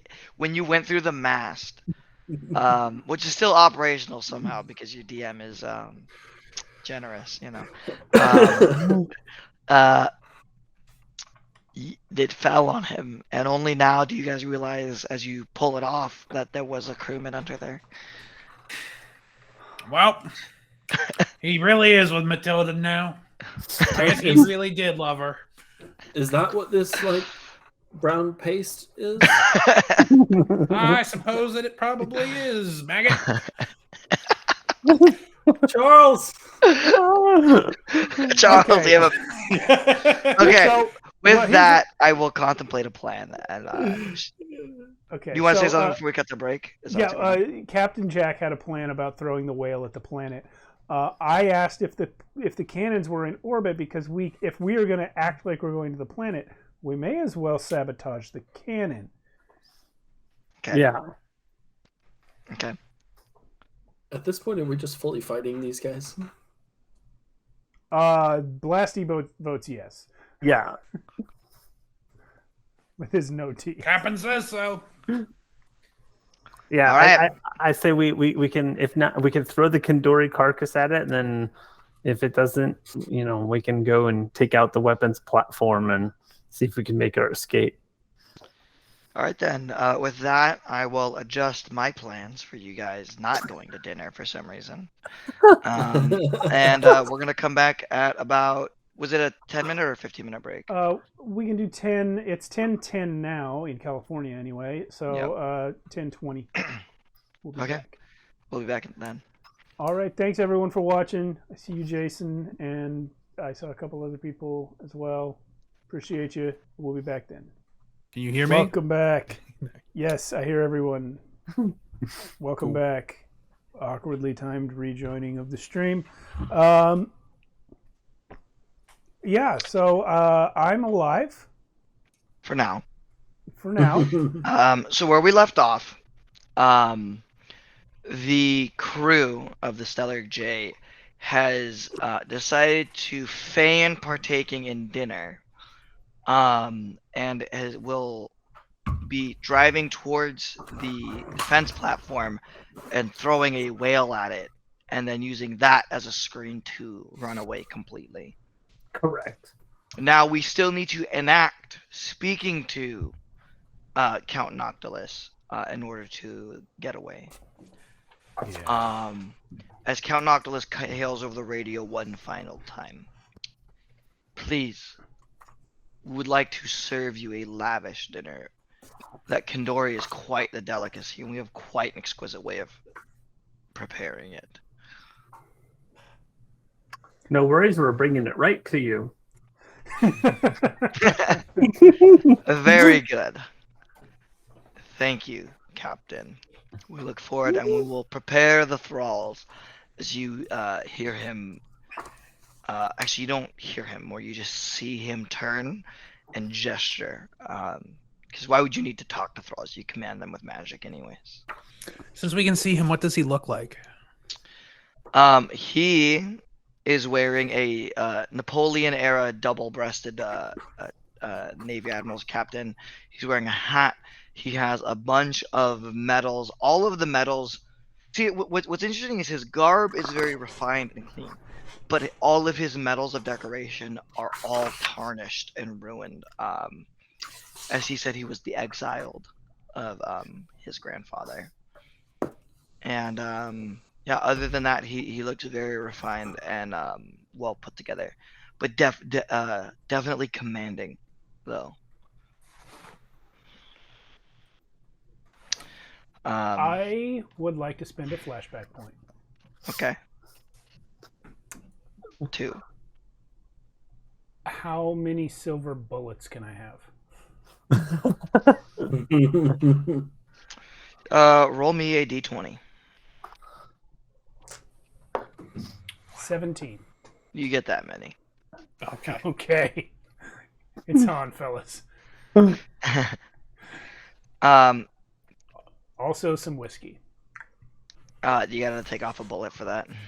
Well, you know what? Worth it.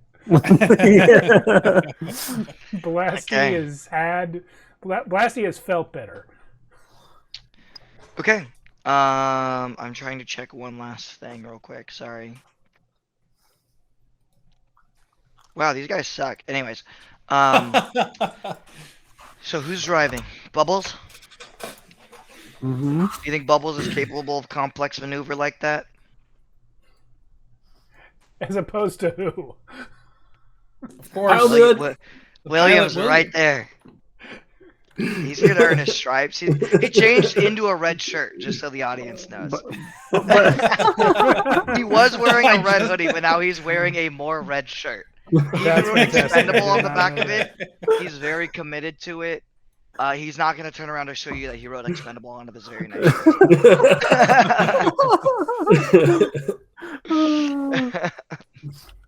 I don't know. What do you guys think? Should we give William one last chance? I mean, Yeah, sure. All right, man. You are going to roll me a piloting check. So it's kind of intelligence based. For you, I'll be nice. I'll let you. Would go you ahead and use accept charisma. sleight of hand? I'll let you use your charisma for this because you are gonna roll with disadvantage because you have no clue what you're doing. So I will give you the best chance, but you still need disadvantage. You know.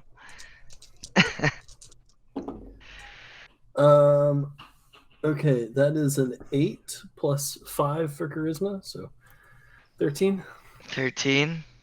It was 15. Okay, because it's a moderately difficult challenge. Wait.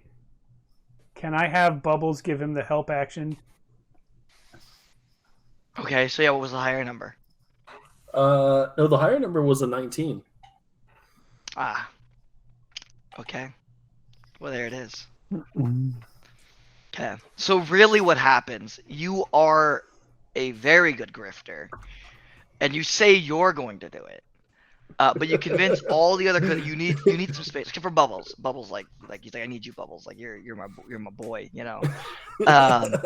So as everyone leaves, you throw Bubbles in the chair, and then you whisper something to him, giving him some type of encouragement, and he does it. But you're gonna get all the credit. For sure. I think that's pretty fair to how William Absolutely. would operate. Yeah.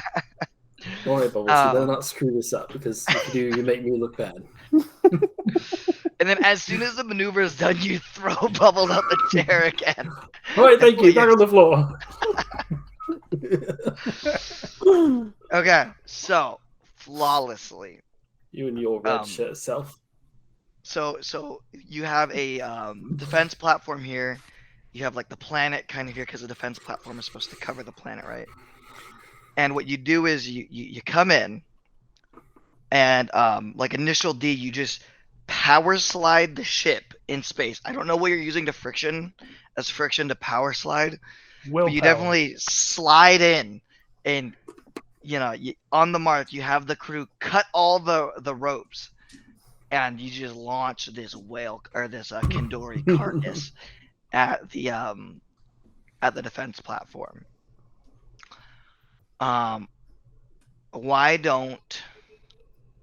Whose plan was this? Explicitly, whose plan was this? It was a combination of Captain Jack's and mine. He was going to throw the whale at the planet, and I said defense platform. Both of you roll me a d6. I'm going to take the higher one. Lady Luck. Let's see. Yeah, he's higher. He's higher?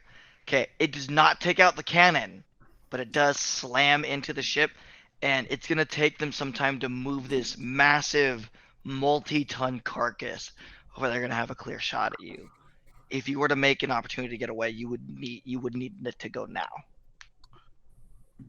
Or you could land and fight all the vampires, Are they on the cannon platform, or are they on the planet? Presumably there's a mix, because you've only communicated with Count Noctilus, but it didn't seem like he was in a gunnery chair when he was talking to you. Okay. Should we take the gun platform, Blasty?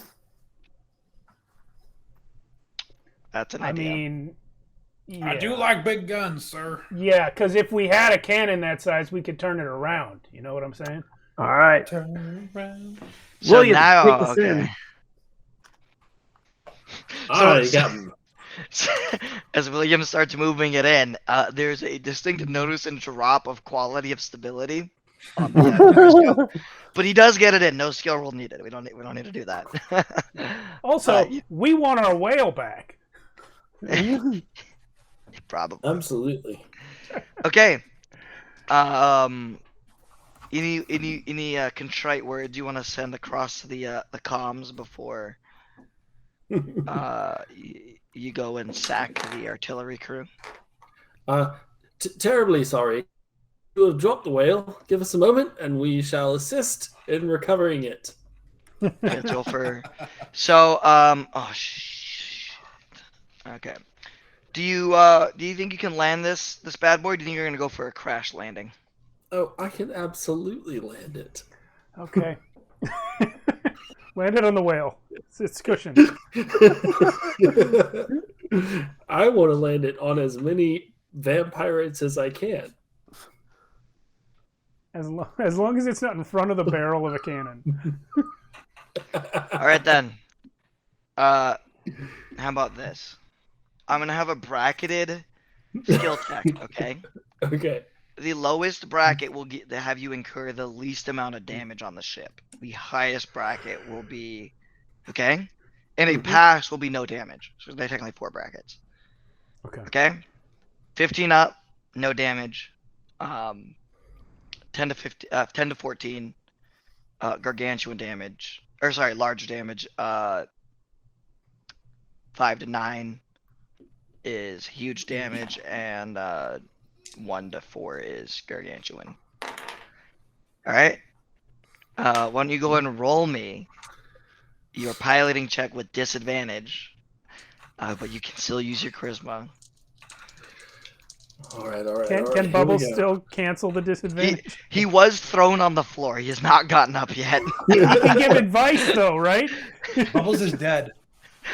Bubbles, every time he gets put in the Spelljammer, is asleep for a full minute and a half until afterwards. God damn it. All right, here we go. Come on now. All bucks, no whammies.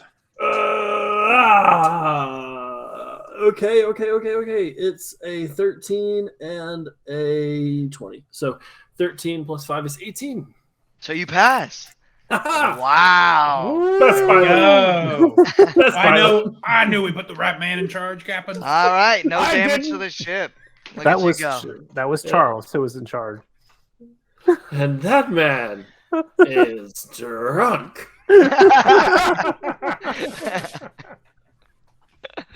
All right, let's roll for initiative.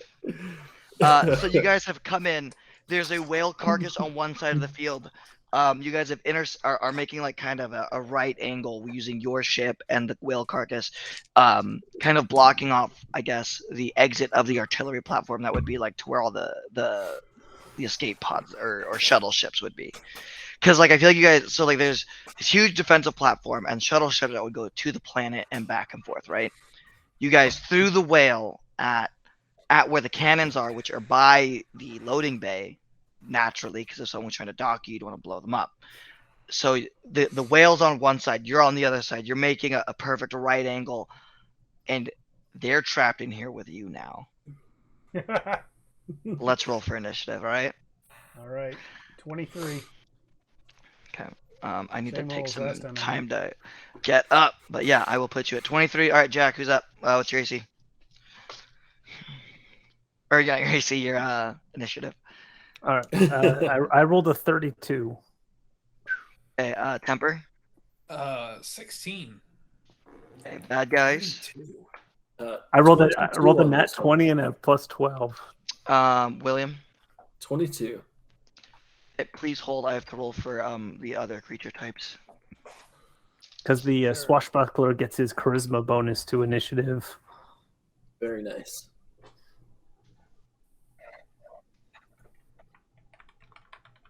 And I took the alert feat. That would do it. Yeah, so that plus the alert plus my dex is high. I went with Fey Touched for my feet. I've gotten close to that high before. I think the highest I've ever gotten was 11. Have y'all seen, this is way off topic, but have y'all seen Brendan Lee Mulligan's one shot where he plays a 20th level rabbit that's just trying to go as fast as possible? Oh my gosh, I have heard- Herringons I haven't are so watched it. strong. But I have not seen that. If you haven't seen it, it is a real treat. He gets some obscene, it's close to 20 added to his initiative modifier. Yeah, the Haragon are pretty crazy. Yeah, it's a treat. You should check it out if you haven't seen it. If you cast the jump spell on yourself as a Herringon, it buffs the jump gimmick you have. So you can jump up to like 90 feet at level 20 or something like that. Wait, does silver not hurt vampires in D&D? Well, Ah, crap. Well, if it's a magical weapon. Well, I okay, said these guys. So just to be transparent with you guys, I said these guys suck because they don't even get physical resistance, even though they are vampires. Seems like an oversight on my as far as Wizards is concerned, but Wizards put absolutely the maximum effort into these Spelljammer books. I don't know what you're talking about. And to be honest, the vampirates are not part of the original Spelljammer. I think that's something they added for 5th edition. What's just a cool word? There's a book, like a children, like young adults novel called Vampirates that I got for my then girlfriend, who's now my wife, as a joke birthday present before I gave her real birthday present. The first year we were dating, she was like, "Oh, Vampirates." Then I gave her the real thing, which I don't remember what it was, but I remember Vampirates because it was hilarious and because it's now on my son's bookshelf. And then you gave her Lincoln Vampire Killer. Nice. What I'm saying is Wizards of the Coast stole the word vampirates. Mm-hmm. well, Games Workshop also uses vampirates. Okay, fine. Then maybe whoever wrote that novel stole it. Or Probably maybe it's not. just a fun word that everyone thought. Yeah. Okay. I'm ready for initiative. I do wish I had an appropriate battle map because I do have a lot of pieces going around.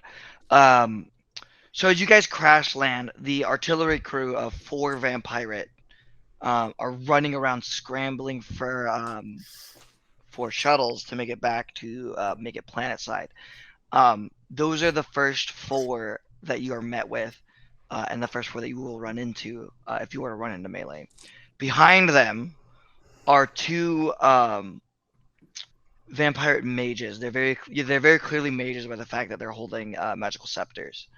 You imagine that they're there for communications and making sure the other instruments are operating. And in the far back, last to leave, is the captain. Not the count. You do not see the count. It is the captain. I was counting on him being here. Yes. Aim for the spellcasters first. Gank the mage, gank the mage, gank the mage. All right. In initiative, it is Captain Jack Nutsrub's turn. As All it right. should be. He's always at the front lines. Yeah. That's why I follow him into hell. Yeah. So basically, as the Andrew basically brings in the ship, Captain Jack will just sort of jump off onto the ground, take aim, and fire at one of the vampire mages. Okay, good. All right. Oops. Make that All right. You do still have Bardic from earlier. Ooh, yeah. Let's see. So it is a 17. That hits. All right. Did you steady aim? Yeah. Yeah, I heard it. Luckily. And he does 27 points of damage. Wow, you guys are gonna rip through these guys because they forgot the resistant to non-magical physical damage. I'm kind of butthurt about it. although I am using a magical musket, so Yeah. If Okay. it makes you feel better, you one-shotted me earlier. That was by your choice. So was it really my choice? Yes. As I explained, you know who I am. You are All right, up next is Blasty. Blasty. Because your turn is over, correct, Jack? Yep, There's that's it. No I can- correction. Yeah. Okay. Did you order all the Howdazy to go hide below deck? No, they're to man the ballistas and provide us covering fire. Okay. They will not be attacking these pirates, though. Yeah. Okay. Okay. So is it pointless for me to use the silver bullets? No, you can use them. But I mean, they wouldn't have any extra effect. No. Not unless I were to give you an effect on them. Yeah, that's what I'm If I were asking. Are be you going to honest. house rule something, or did I just saving them for werewolves? Yeah, I'll make sure you find something Okay. a werewolf, I guess. Well, in that case, I will shoot regular bullets from my +2 Kinsei musket, and we'll see how this goes. I'm aiming for whichever mage is most likely to die from it. So Mage 1, the one that was already shot. Yep. That is a 3 on the dice. I'm going to spend 3 key points to make that a 9 on the dice, plus 12 to make it 21 to hit. Okay. Yeah, you hit him center mass, right in the chest. Okay, let me mark the key points real quick, and then I will roll damage. I'm sorry. This is sharpshooter, so the 21 to hit is going to be -5 if that still hits. Which is 16. Yeah. It hits. Damn. Okay. Sorry, I should have said that first, but. Yeah. Sure, I haven't revealed their AC, so it's fair as far as I'm concerned. Okay. These are all going to be sharpshooter, just to say that for this turn. So that is 10 on the dice. So 20 with sharpshooter, and then +7 makes it 27 damage. Yeah, that one falls over, but is still animated, I guess. Is he no longer a threat, or is he going to get back He is up? still an active model on the battle map. Okay, let's see if we can do something about that. Shot number 2. That's a 5 on the die. I can't These dice spend. hate you. My God. Yeah, they do. And I already said it was sharpshooter, so it's a 0 on the die. With plus 12. Does 12 hit? No. Okay, hold on. I'm pretty sure I can only do that key point thing once per turn, but I want to double check real quick. Where did plus 12 come from? Um, Prof. It's my kin. or- It's a plus Okay, 2 yeah, weapon, yeah. and it's yeah. my Kinsei weapon. Okay. Yeah. Yeah. No, I think I got it. Okay, that's awesome. Where is that thing? Ah. When you move. I really love. Oh, how it's not Midgard- limited to once per turn. Sorry. Okay.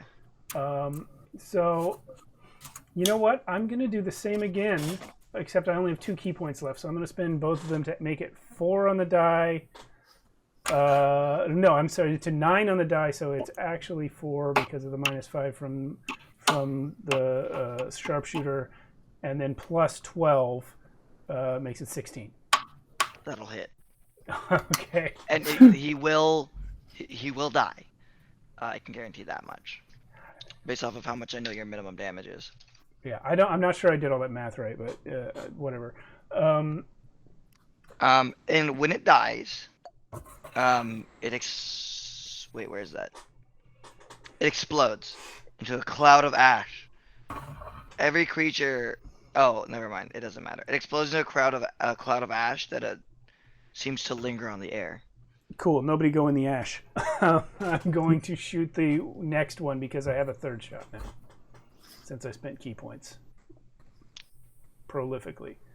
Oh, I still have my bardic. Okay, so that's backup. Oh my god. So this bardic die stays if I fail, right? Correct. Yes. Okay. The 6th level College of Eloquence feature. I have As failed. long as you use it and fail, you get to keep it until you succeed. That's excellent. I love that feature. This is for the second time I am keeping this die.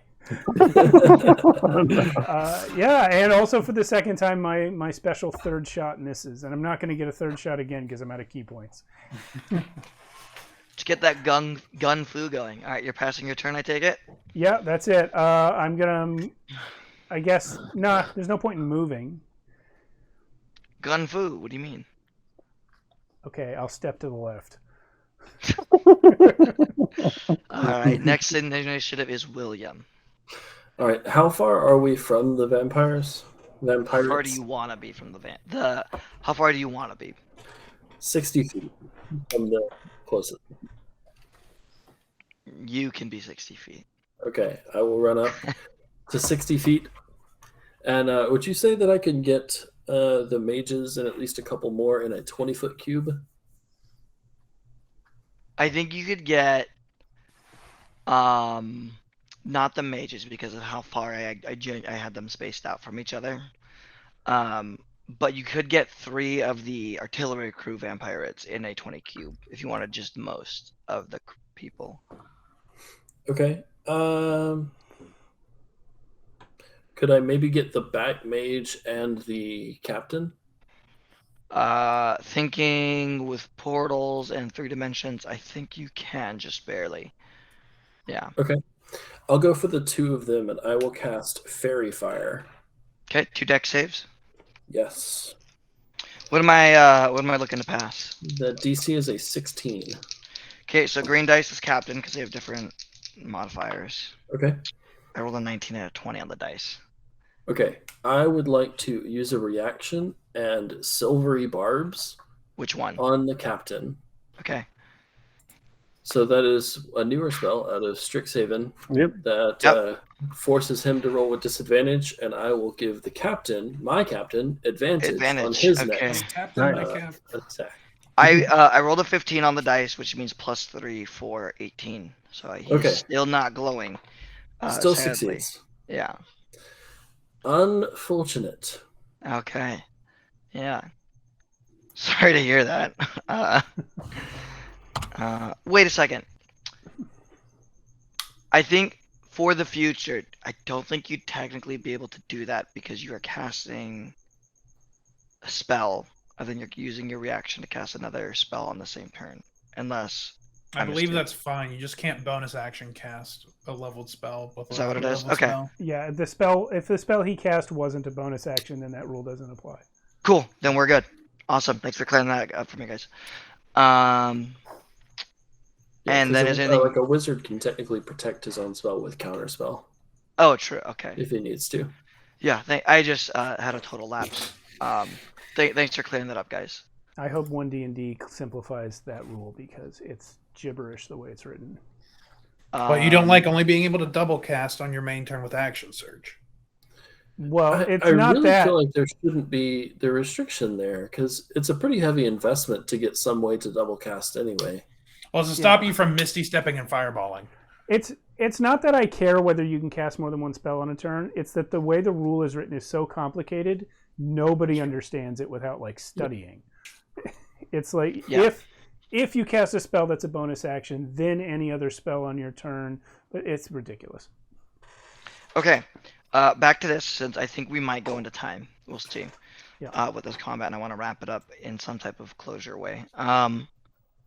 Bonus actions. Do you have any, William?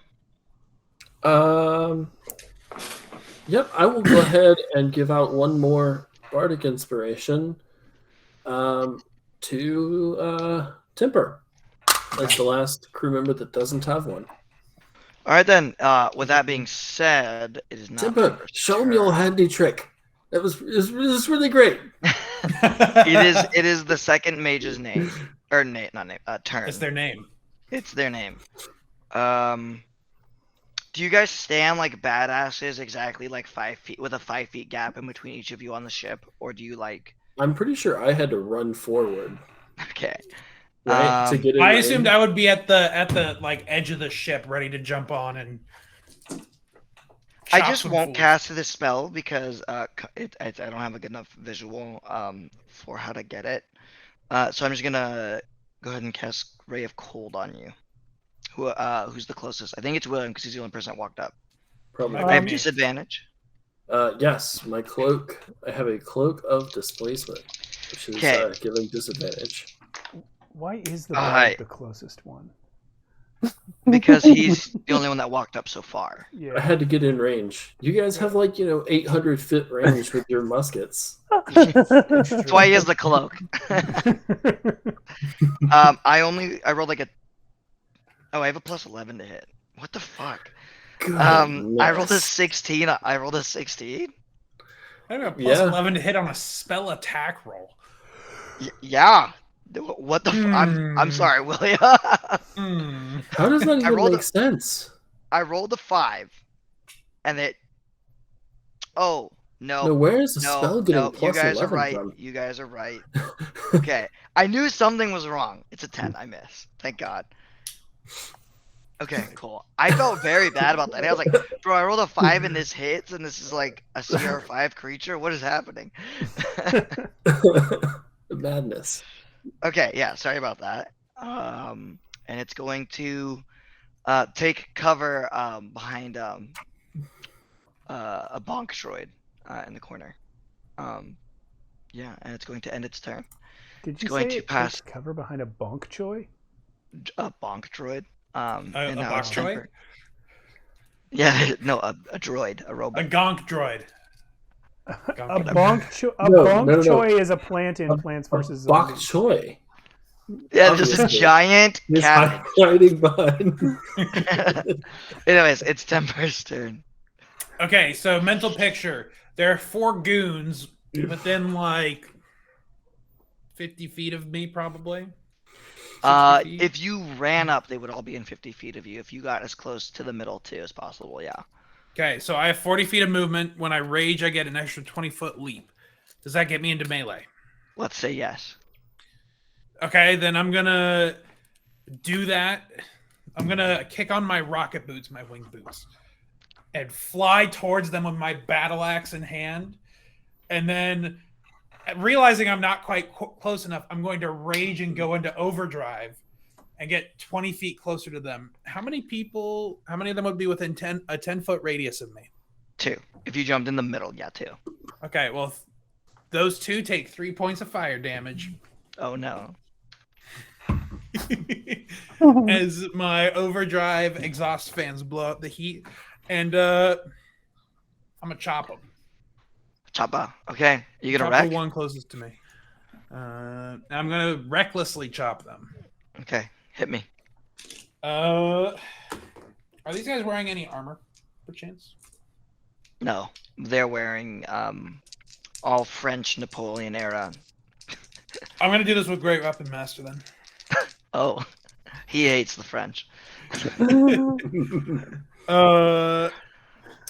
Does a 13 hit? No, it's 14. Bardic inspiration. I already told him the results, so next time. No, I think is it before or after you know the results with Bardic Inspiration? But he can know the result of his dice, but if I told him he failed already, Hmm. which is my bad as a DM. The second one is dirty 20, so I'm guessing that hits if their AC is 14. Oh, that's really good damage. 26, 28 on the axe chop into the man. He's a vampire, sir. Put some respect on it. Yeah, he's barely standing. In fact, he gets folded a little bit as the weight of your smash crushes him. Is there anything else you'd like to do on your turn? Nope. That's it. All right. Okay, well, it's the vampirate's Did I skip somebody? No, I didn't. Yes, Okay. you skipped all the Hadozi who should have been firing ballistas at these guys this whole time. Yeah, well, they're sleeping. Okay, in that case, you're gonna get swarmed a little bit, Temper. Good. Let them come. This is my job. They're all going to melee attack you for energy drain. How do you drain it's- energy from a robot? You You're a are vampire. technically a living creature, so 3 of them are gonna swarm you. Okay. Oh, I have to roll these separately because they're all with advantage, right? What's your AC? 17. Miss. Hit. Miss. You take 11 damage. Are you resistant to necrotic damage? Nope. Okay. Alright. That's it. Now, the last one's going to dash towards the bard and get into melee, but cannot attack you. He's kind Was of this one shambling. within melee range of me when he left? No, that one was not. Okay.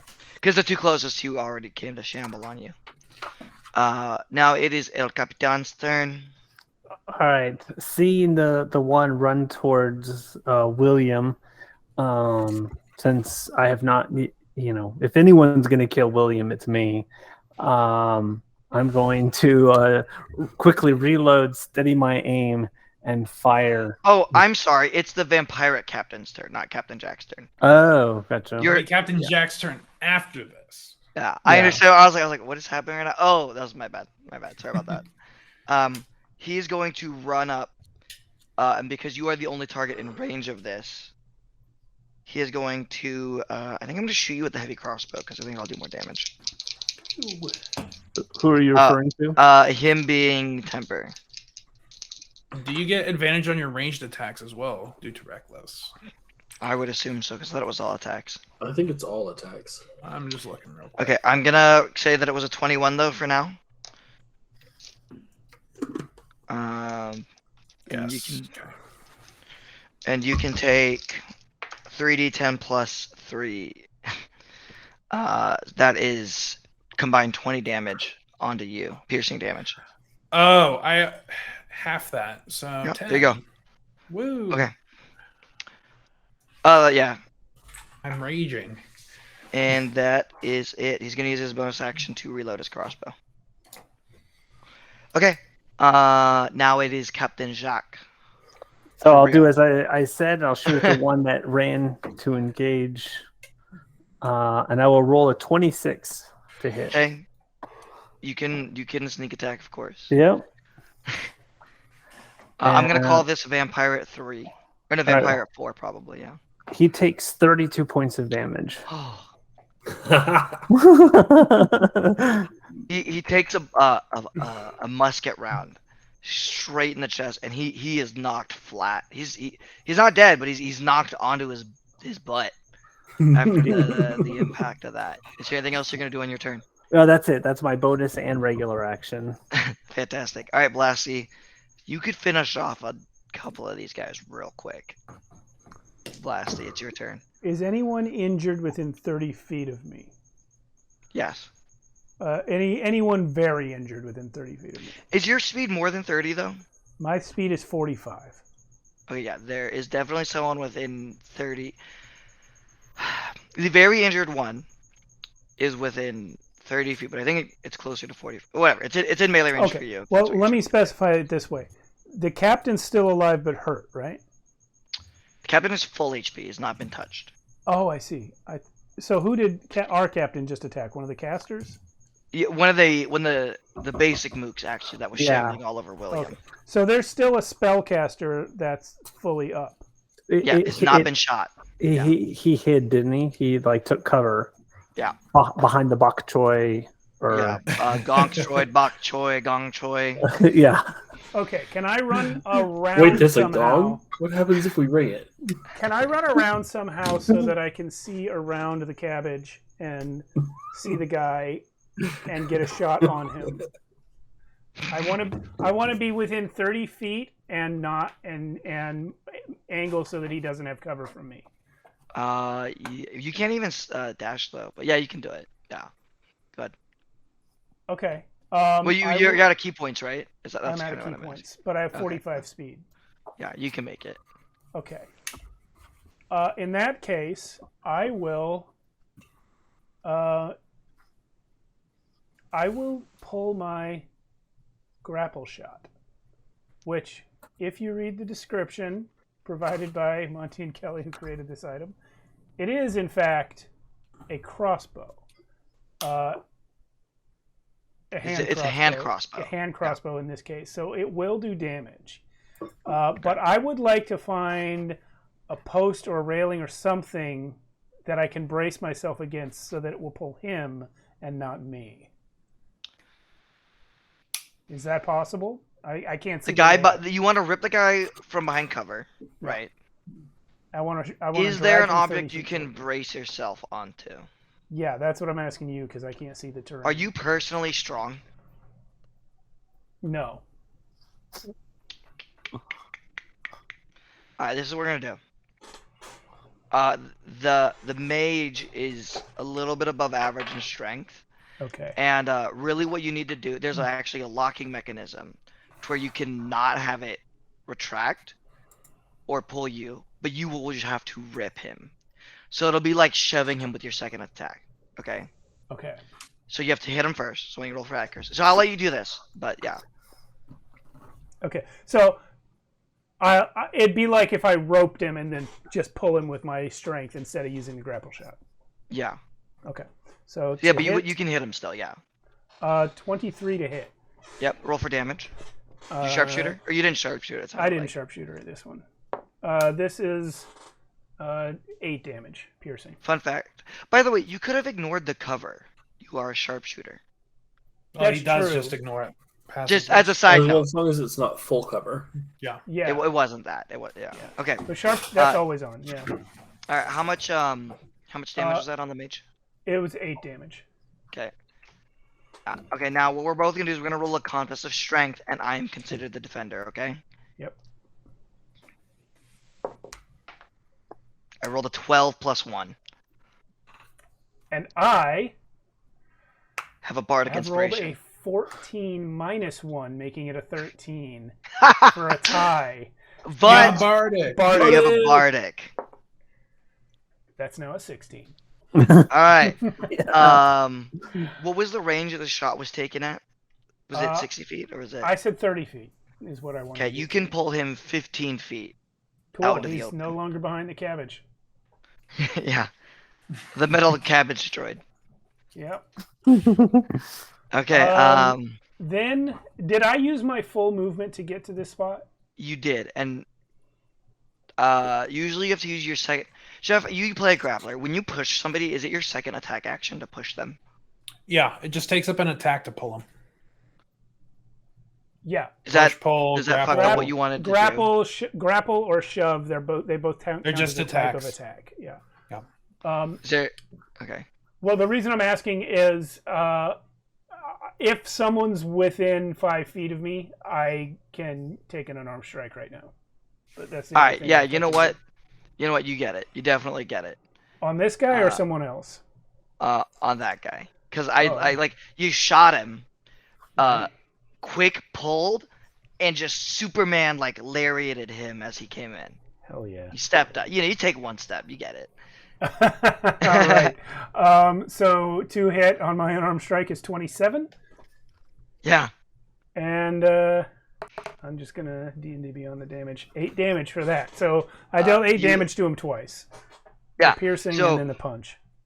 You run out, you shoot under your arm, and then you hit the mechanism, grab the rope, yank him, and then just lariat him, laying him out. He's still animated. Yeah. But he's been knocked for sure. Is that the end of your turn, sir? Yeah, it was super suboptimal. I just wanted to do something cool. Yeah, that sounds great though. William, it's your turn. Okay. So from where I'm standing, in a 30-foot line, how many of my allies are within 30 feet of me? Probably me. Considering everyone ran in a random direction, it's if you count yourself, it'll only be 1, unless you were to teleport somehow. If you teleported, you could probably get the captain. You could get Temper and any, you can draw a ray from anywhere. So if you could teleport, there would be any 2. So I think I have 3 on me right now. Yeah. Well, you said your allies, though, right? Yeah, my allies. Oh, okay. So, like, if I find like a central point, is there a way I can hit all 3 of them within 30 feet of me? Because of how Blasty ran around to shoot someone behind a plant, Right. and so that he's like here, or I don't know if you can even see this appropriately, but he's right here, and then Temper jumped up and over into the middle. So Temper's like a little bit ahead of me, right? Yeah, and the captain did not move, so he's all the way back here. So we have, 3 points, and then you in the middle. So can I maybe hit Temper 30 feet ahead and the captain 30 feet behind? if you were to draw a line in both directions, yes. Let's say yes. Okay.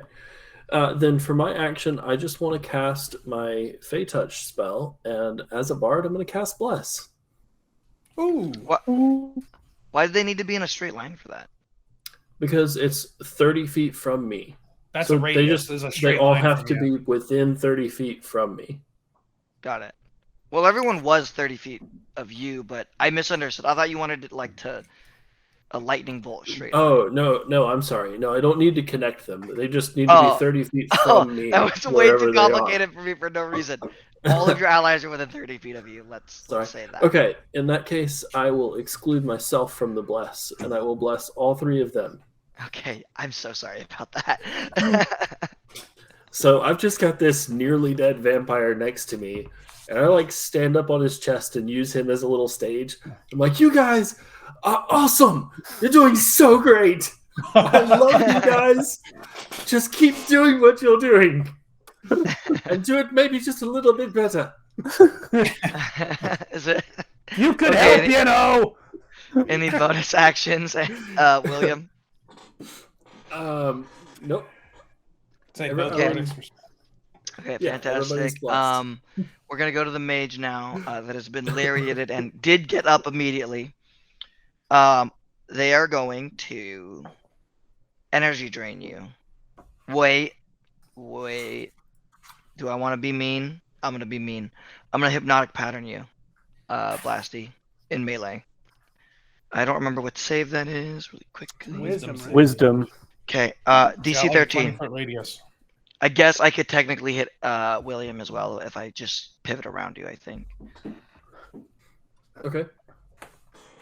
It is Yeah, like a fireball. You can just pick a point to cast it on. I like to cast it as a cone, though. That's just something that I like to do, Okay. personally. I am hypnotized. Did you add your Did you- D4?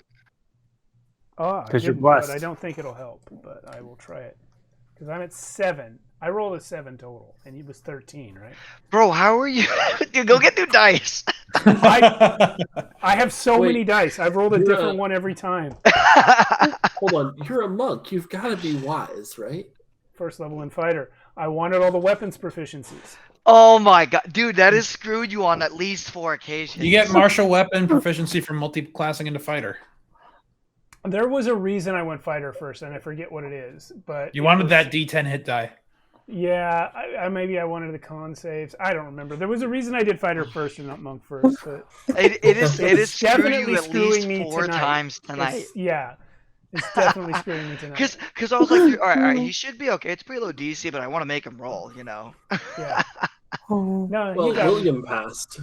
But Okay, you know William what? It's very appropriate for Blasty as a character to not be super good at wisdom saves. Okay, so He you are literally past. just threw himself at a cannonball earlier. All right, Temper, you're up. You got some guys to finish off. Okay, one is looking very hurt, like more than bloodied, right? Yeah. Okay, I'm gonna swing at that one first. Not great weapon, but still reckless. Okay. 18 to hit. Hits. With the D4, just in Ah, case. I forgot about my D4. Oh Thank my you for the reminder. It's a 19 to hit. Bless. Okay. 19. Okay. I'm gonna interrupt your turn just a little bit, Jeff, just to let everyone know that we are trying to end at 11:30 tonight. So we're gonna try and keep combat going a little bit faster. Just a heads up. Okay. 11 damage on the swing. He does in fact die exactly. Sick. That means I get to use my bonus action to swing again. Thank you, Great Weapon Master. Okay, you're gonna hit Vampire too. I'm gonna hit Vampire at 2. I'm gonna Hashtag swing at him blessed. twice. With Reckless and I Reckless at the start of my turn. My Great Weapon Master. I gotta add my D4. 17 minus 5 is 12, plus 8 is dirty 20. Hits. Their AC is 14. Oh my god, this die is rolling really hot. 16, 26, 28 damage on the first swing. Alright. And then I'm gonna Great Weapon him again. Nat 20. Oh, he's dead. He's dust. He is dust. Okay. For they good both measure, I rolled max damage.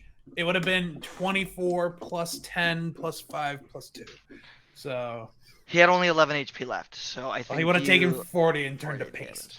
Hey, that being said, speaking of paste, both of those guys you killed both just exploded. You need to take 2 different con saves. I'm good at that. DC 14. And I have Bless. Never got so much use out of Bless in one turn. Give Bless to your fighters. They will thank you for it. They will love you forever. Okay. Pretty sure I DC passed the first one with a 21. Yep, it's 14. So So for all you viewers out there, Yeah. Bless, fantastic candidate for your Fey Touch spell. Yes. More really than strong. dirty 20 on the roll before mods. yeah. Okay. So you withstand both of the lingering ash in the air. Okay, passing your turn. or you Also, would the ash? Would I need to breathe to be affected by the ash? technically no. It doesn't mention breathing. Okay. It's it is called explode. So whatever. That's whatever, fine. take that how you will. Vampire 3 is going to life drain you. You reckless. Sure did. Does an over 20 hit? No. Okay. Well, you're gonna take 11 damage. And it's just necrotic, right? It's just necrotic. And then Vampire 4 is going to slap you, William. And I just am a raw roll, right? Nope, disadvantage. I have a cloak. Okay. Thanks. And I fail miserably with like a 7 to hit. They both pass. It is now Vampire Captain's turn. Who? How are you looking, by the way, Temper? I am not bloodied. I'm getting close though. Okay, he's going to still life drain you because you're still the closer. He's gonna approach and. Oh, life he's drain coming to melee. You dare approach me? I missed because whenever I start fast rolling, I start rolling really terribly, and that was a 9. I'm gonna pass to Captain Jack now.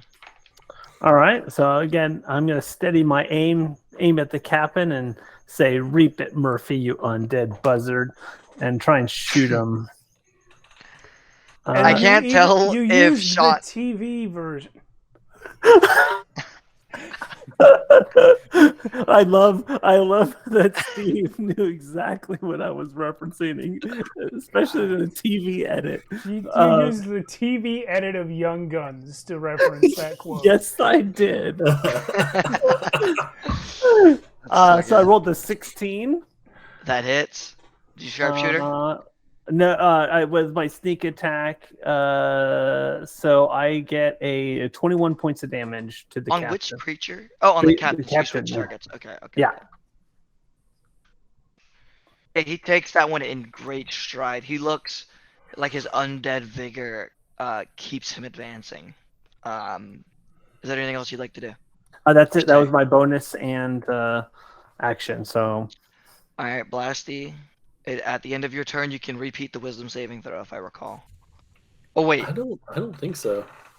I don't think he does shaken either. awake. Hypnotic pattern is just Yeah. nasty. Yeah, he Someone has to doesn't. spend an action to shake you awake, Or just you shoot take him. damage. One of the two. Yep.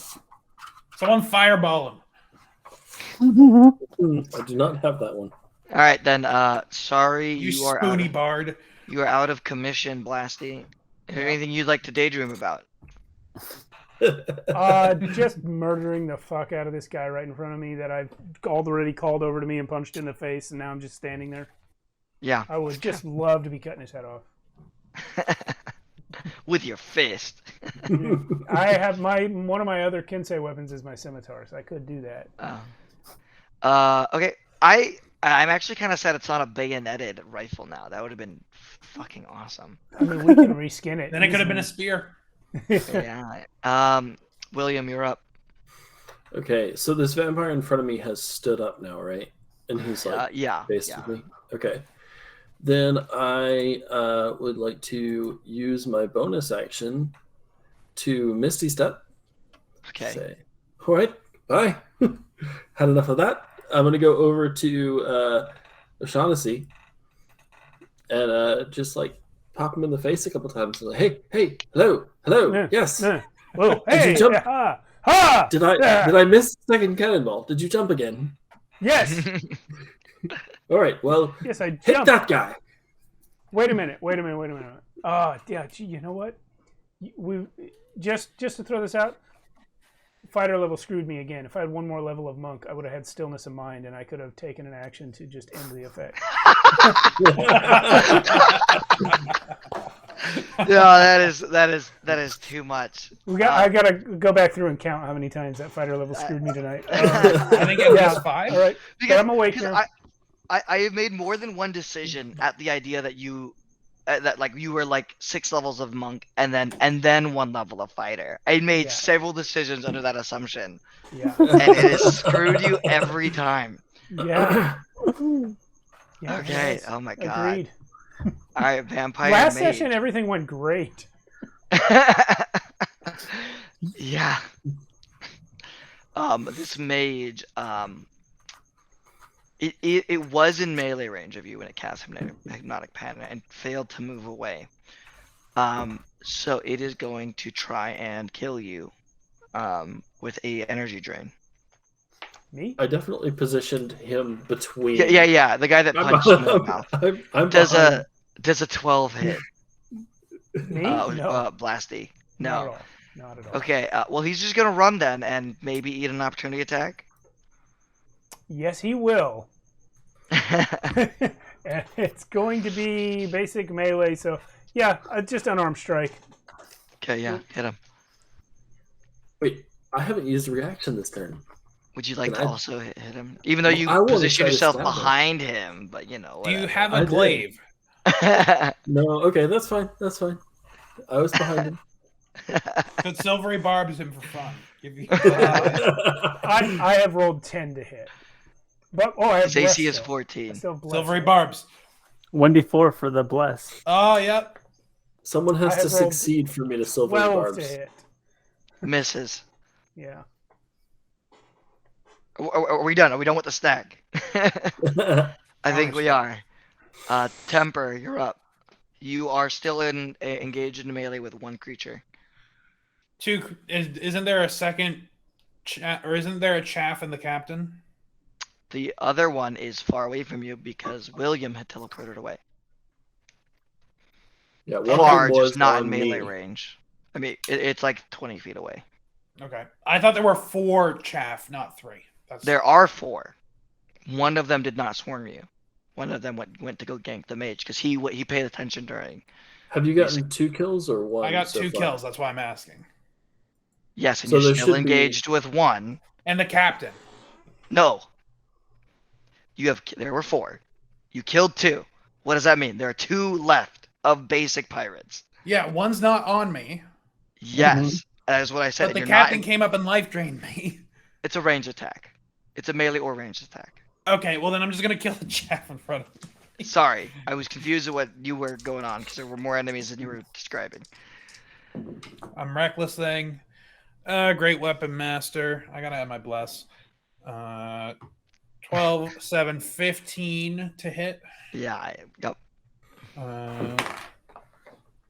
Let's see, 19, 21, 26 damage on the first hit. Yeah, he starts to crumble, but is not dead. I don't need a great weapon master this one.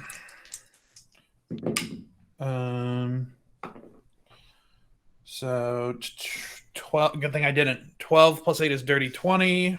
Which that damage was less good.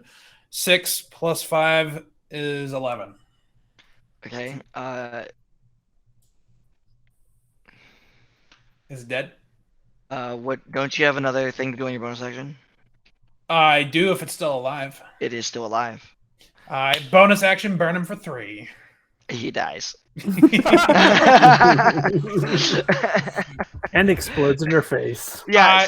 So this is what I imagine happened if you would let me. Go for it. So you have a great axe. You chop it into him. He's wearing no armor. It gets lodged. You pick up the axe again. It's lodged into his undead corpse. So you pick him up and actually are slamming him on the ground.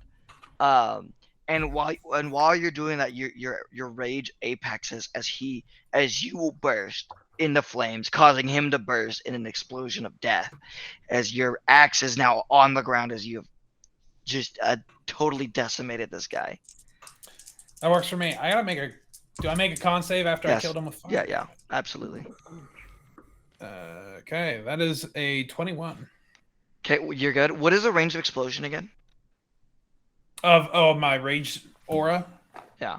It's 10 feet radius. Okay, that guy was 20 feet away from you, so he's fine. And the other guy is 10 feet away from you, so. And then I'm going to rocket boots into melee with the captain. Oh, okay. Fly into him. Oh, okay. That's it's a bit abrasive, but I take it your turn is over. Now He's I'm a done, yes. barbarian, of course. I'm a barbarian.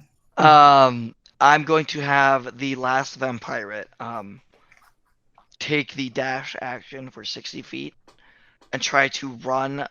So, Captain, you are on the ship, right? I just dropped down right at the base of the shit. ship. Okay, so in that case, you will still see him because you see that he's trying to run around your ship along the front of the ship.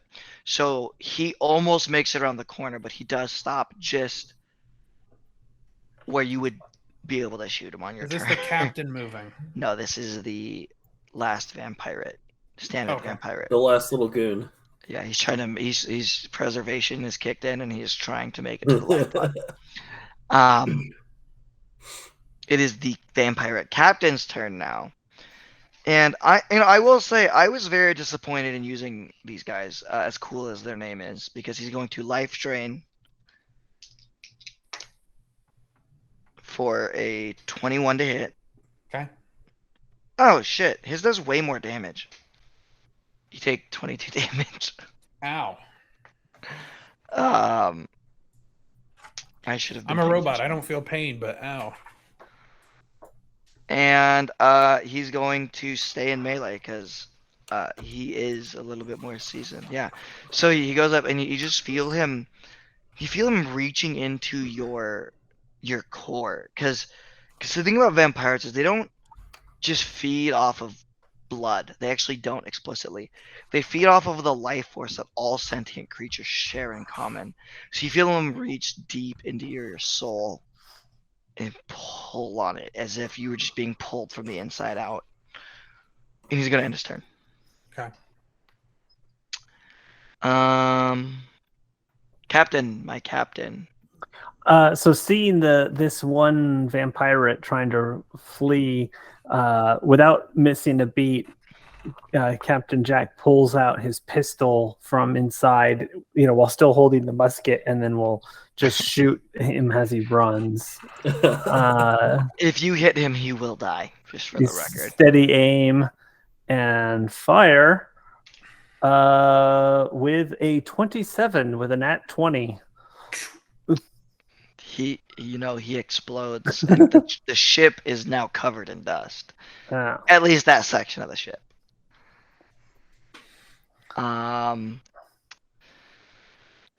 Okay, would you guys like to fast forward the last portion of this combat? The mage is not going to do much. He already uses one spell for Hypnotic Pattern. I would like to get an extra turn and shoot that mage. That's okay. Okay. Actually, let me say this. Jeff, how much health do you have?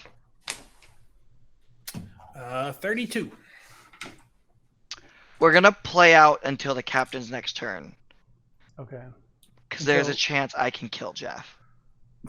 That's always the right reason to play on.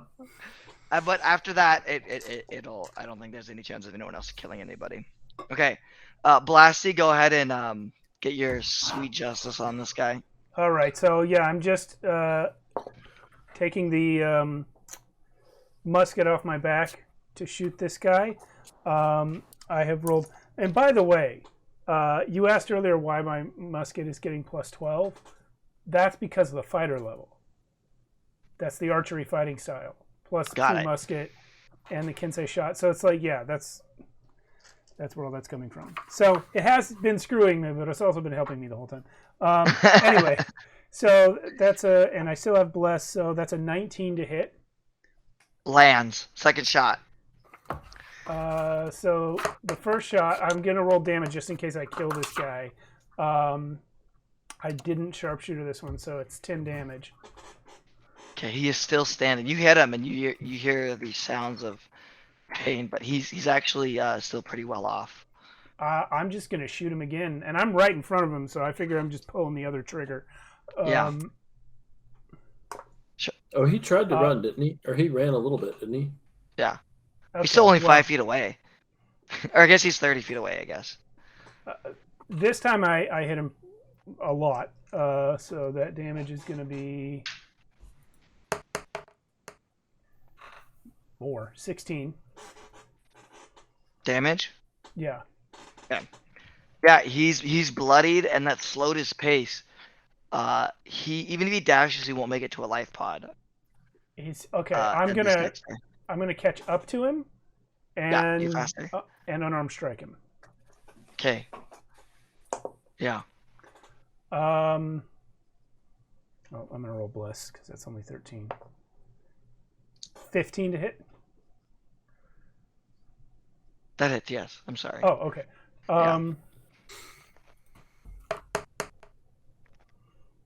Damage is 10. Damage is 10. Yeah. If you sharpshooter those shots, I'm pretty sure most of them, I think they would have still hit, wouldn't they have? Probably not the last one. He rolled one of them would. Well, the last one was unarmed strike anyway. Yeah. The first you would have two... gotten him if you sharpshootered. I didn't know his AC. I didn't want to risk it. Yeah, these guys are just flat out. They are not living up to like the good name of vampirates. They're very lackluster, if I'm being honest. That's they're giving us a good fight. I'm sad though. Temper, it's your turn. If you crit both times, you can theoretically kill this guy. Cool. Does he appear to be wearing armor? I think I go before Temper, don't I?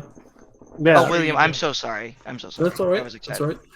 No, I'm just gonna casually start walking towards Temper or towards this mage that ran away. Like, look at you, stupid mage. What do you think you're doing? You can't even make it to the life pods. And I'm gonna cast Vicious Mockery. Okay. Charisma saving throw or wisdom saving throw? Wisdom saving throw. 16 is my target. That's right. I rolled an 11, so go ahead and roll 2d4 at this point, I think. Okay, so he takes 6 psychic damage. Yeah, he like Please freaks tell me out. I just mocked He him to freaks out and he falls over and he goes, what the fuck? The count? Where's the count? And he falls over. And you see the will to live as he'd been shot multiple times. He loses all animation and very sadly explodes. He more of just kind of Vicious gets Mockery dusted. kills are the best. I'm inside that dust cloud though. Con save 14. Sure. I have passed that. I passed that with a +4 because of my fighter level. For once, it's benefited you. Actually, I passed it on the dice, but Okay, the mage is dead. All right, Temper, if you don't kill this, I'm gonna kill you. Does he appear to be wearing armor? No, they've all been wearing the same French attire. Okay. I'm gonna recklessly and great weapon masteringly swing at them. At him. Okay. You need to crit. You have to crit. That would be pretty based. That is 1 crit. Woohoo! Which means I will get a 3rd swing. Shit. He's all big talk until the crits start flying. They're like, if I get to crit, he gets to crit too, remember? Say 17, 27, 32, 34 damage on the first swing. You set him to 30 now. Oh, I just broke my Second English. swing. This one is not a crit, but I'm guessing 22 hits though. Uh-huh.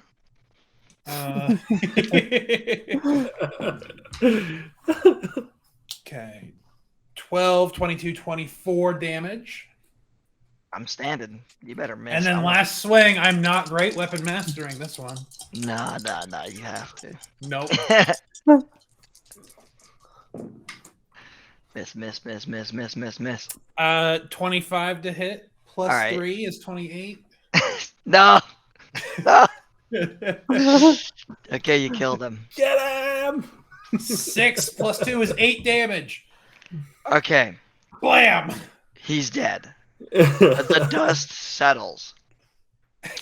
And you can hear the dreadnought of a ship that Count Noctilus is flying towards his defense platform.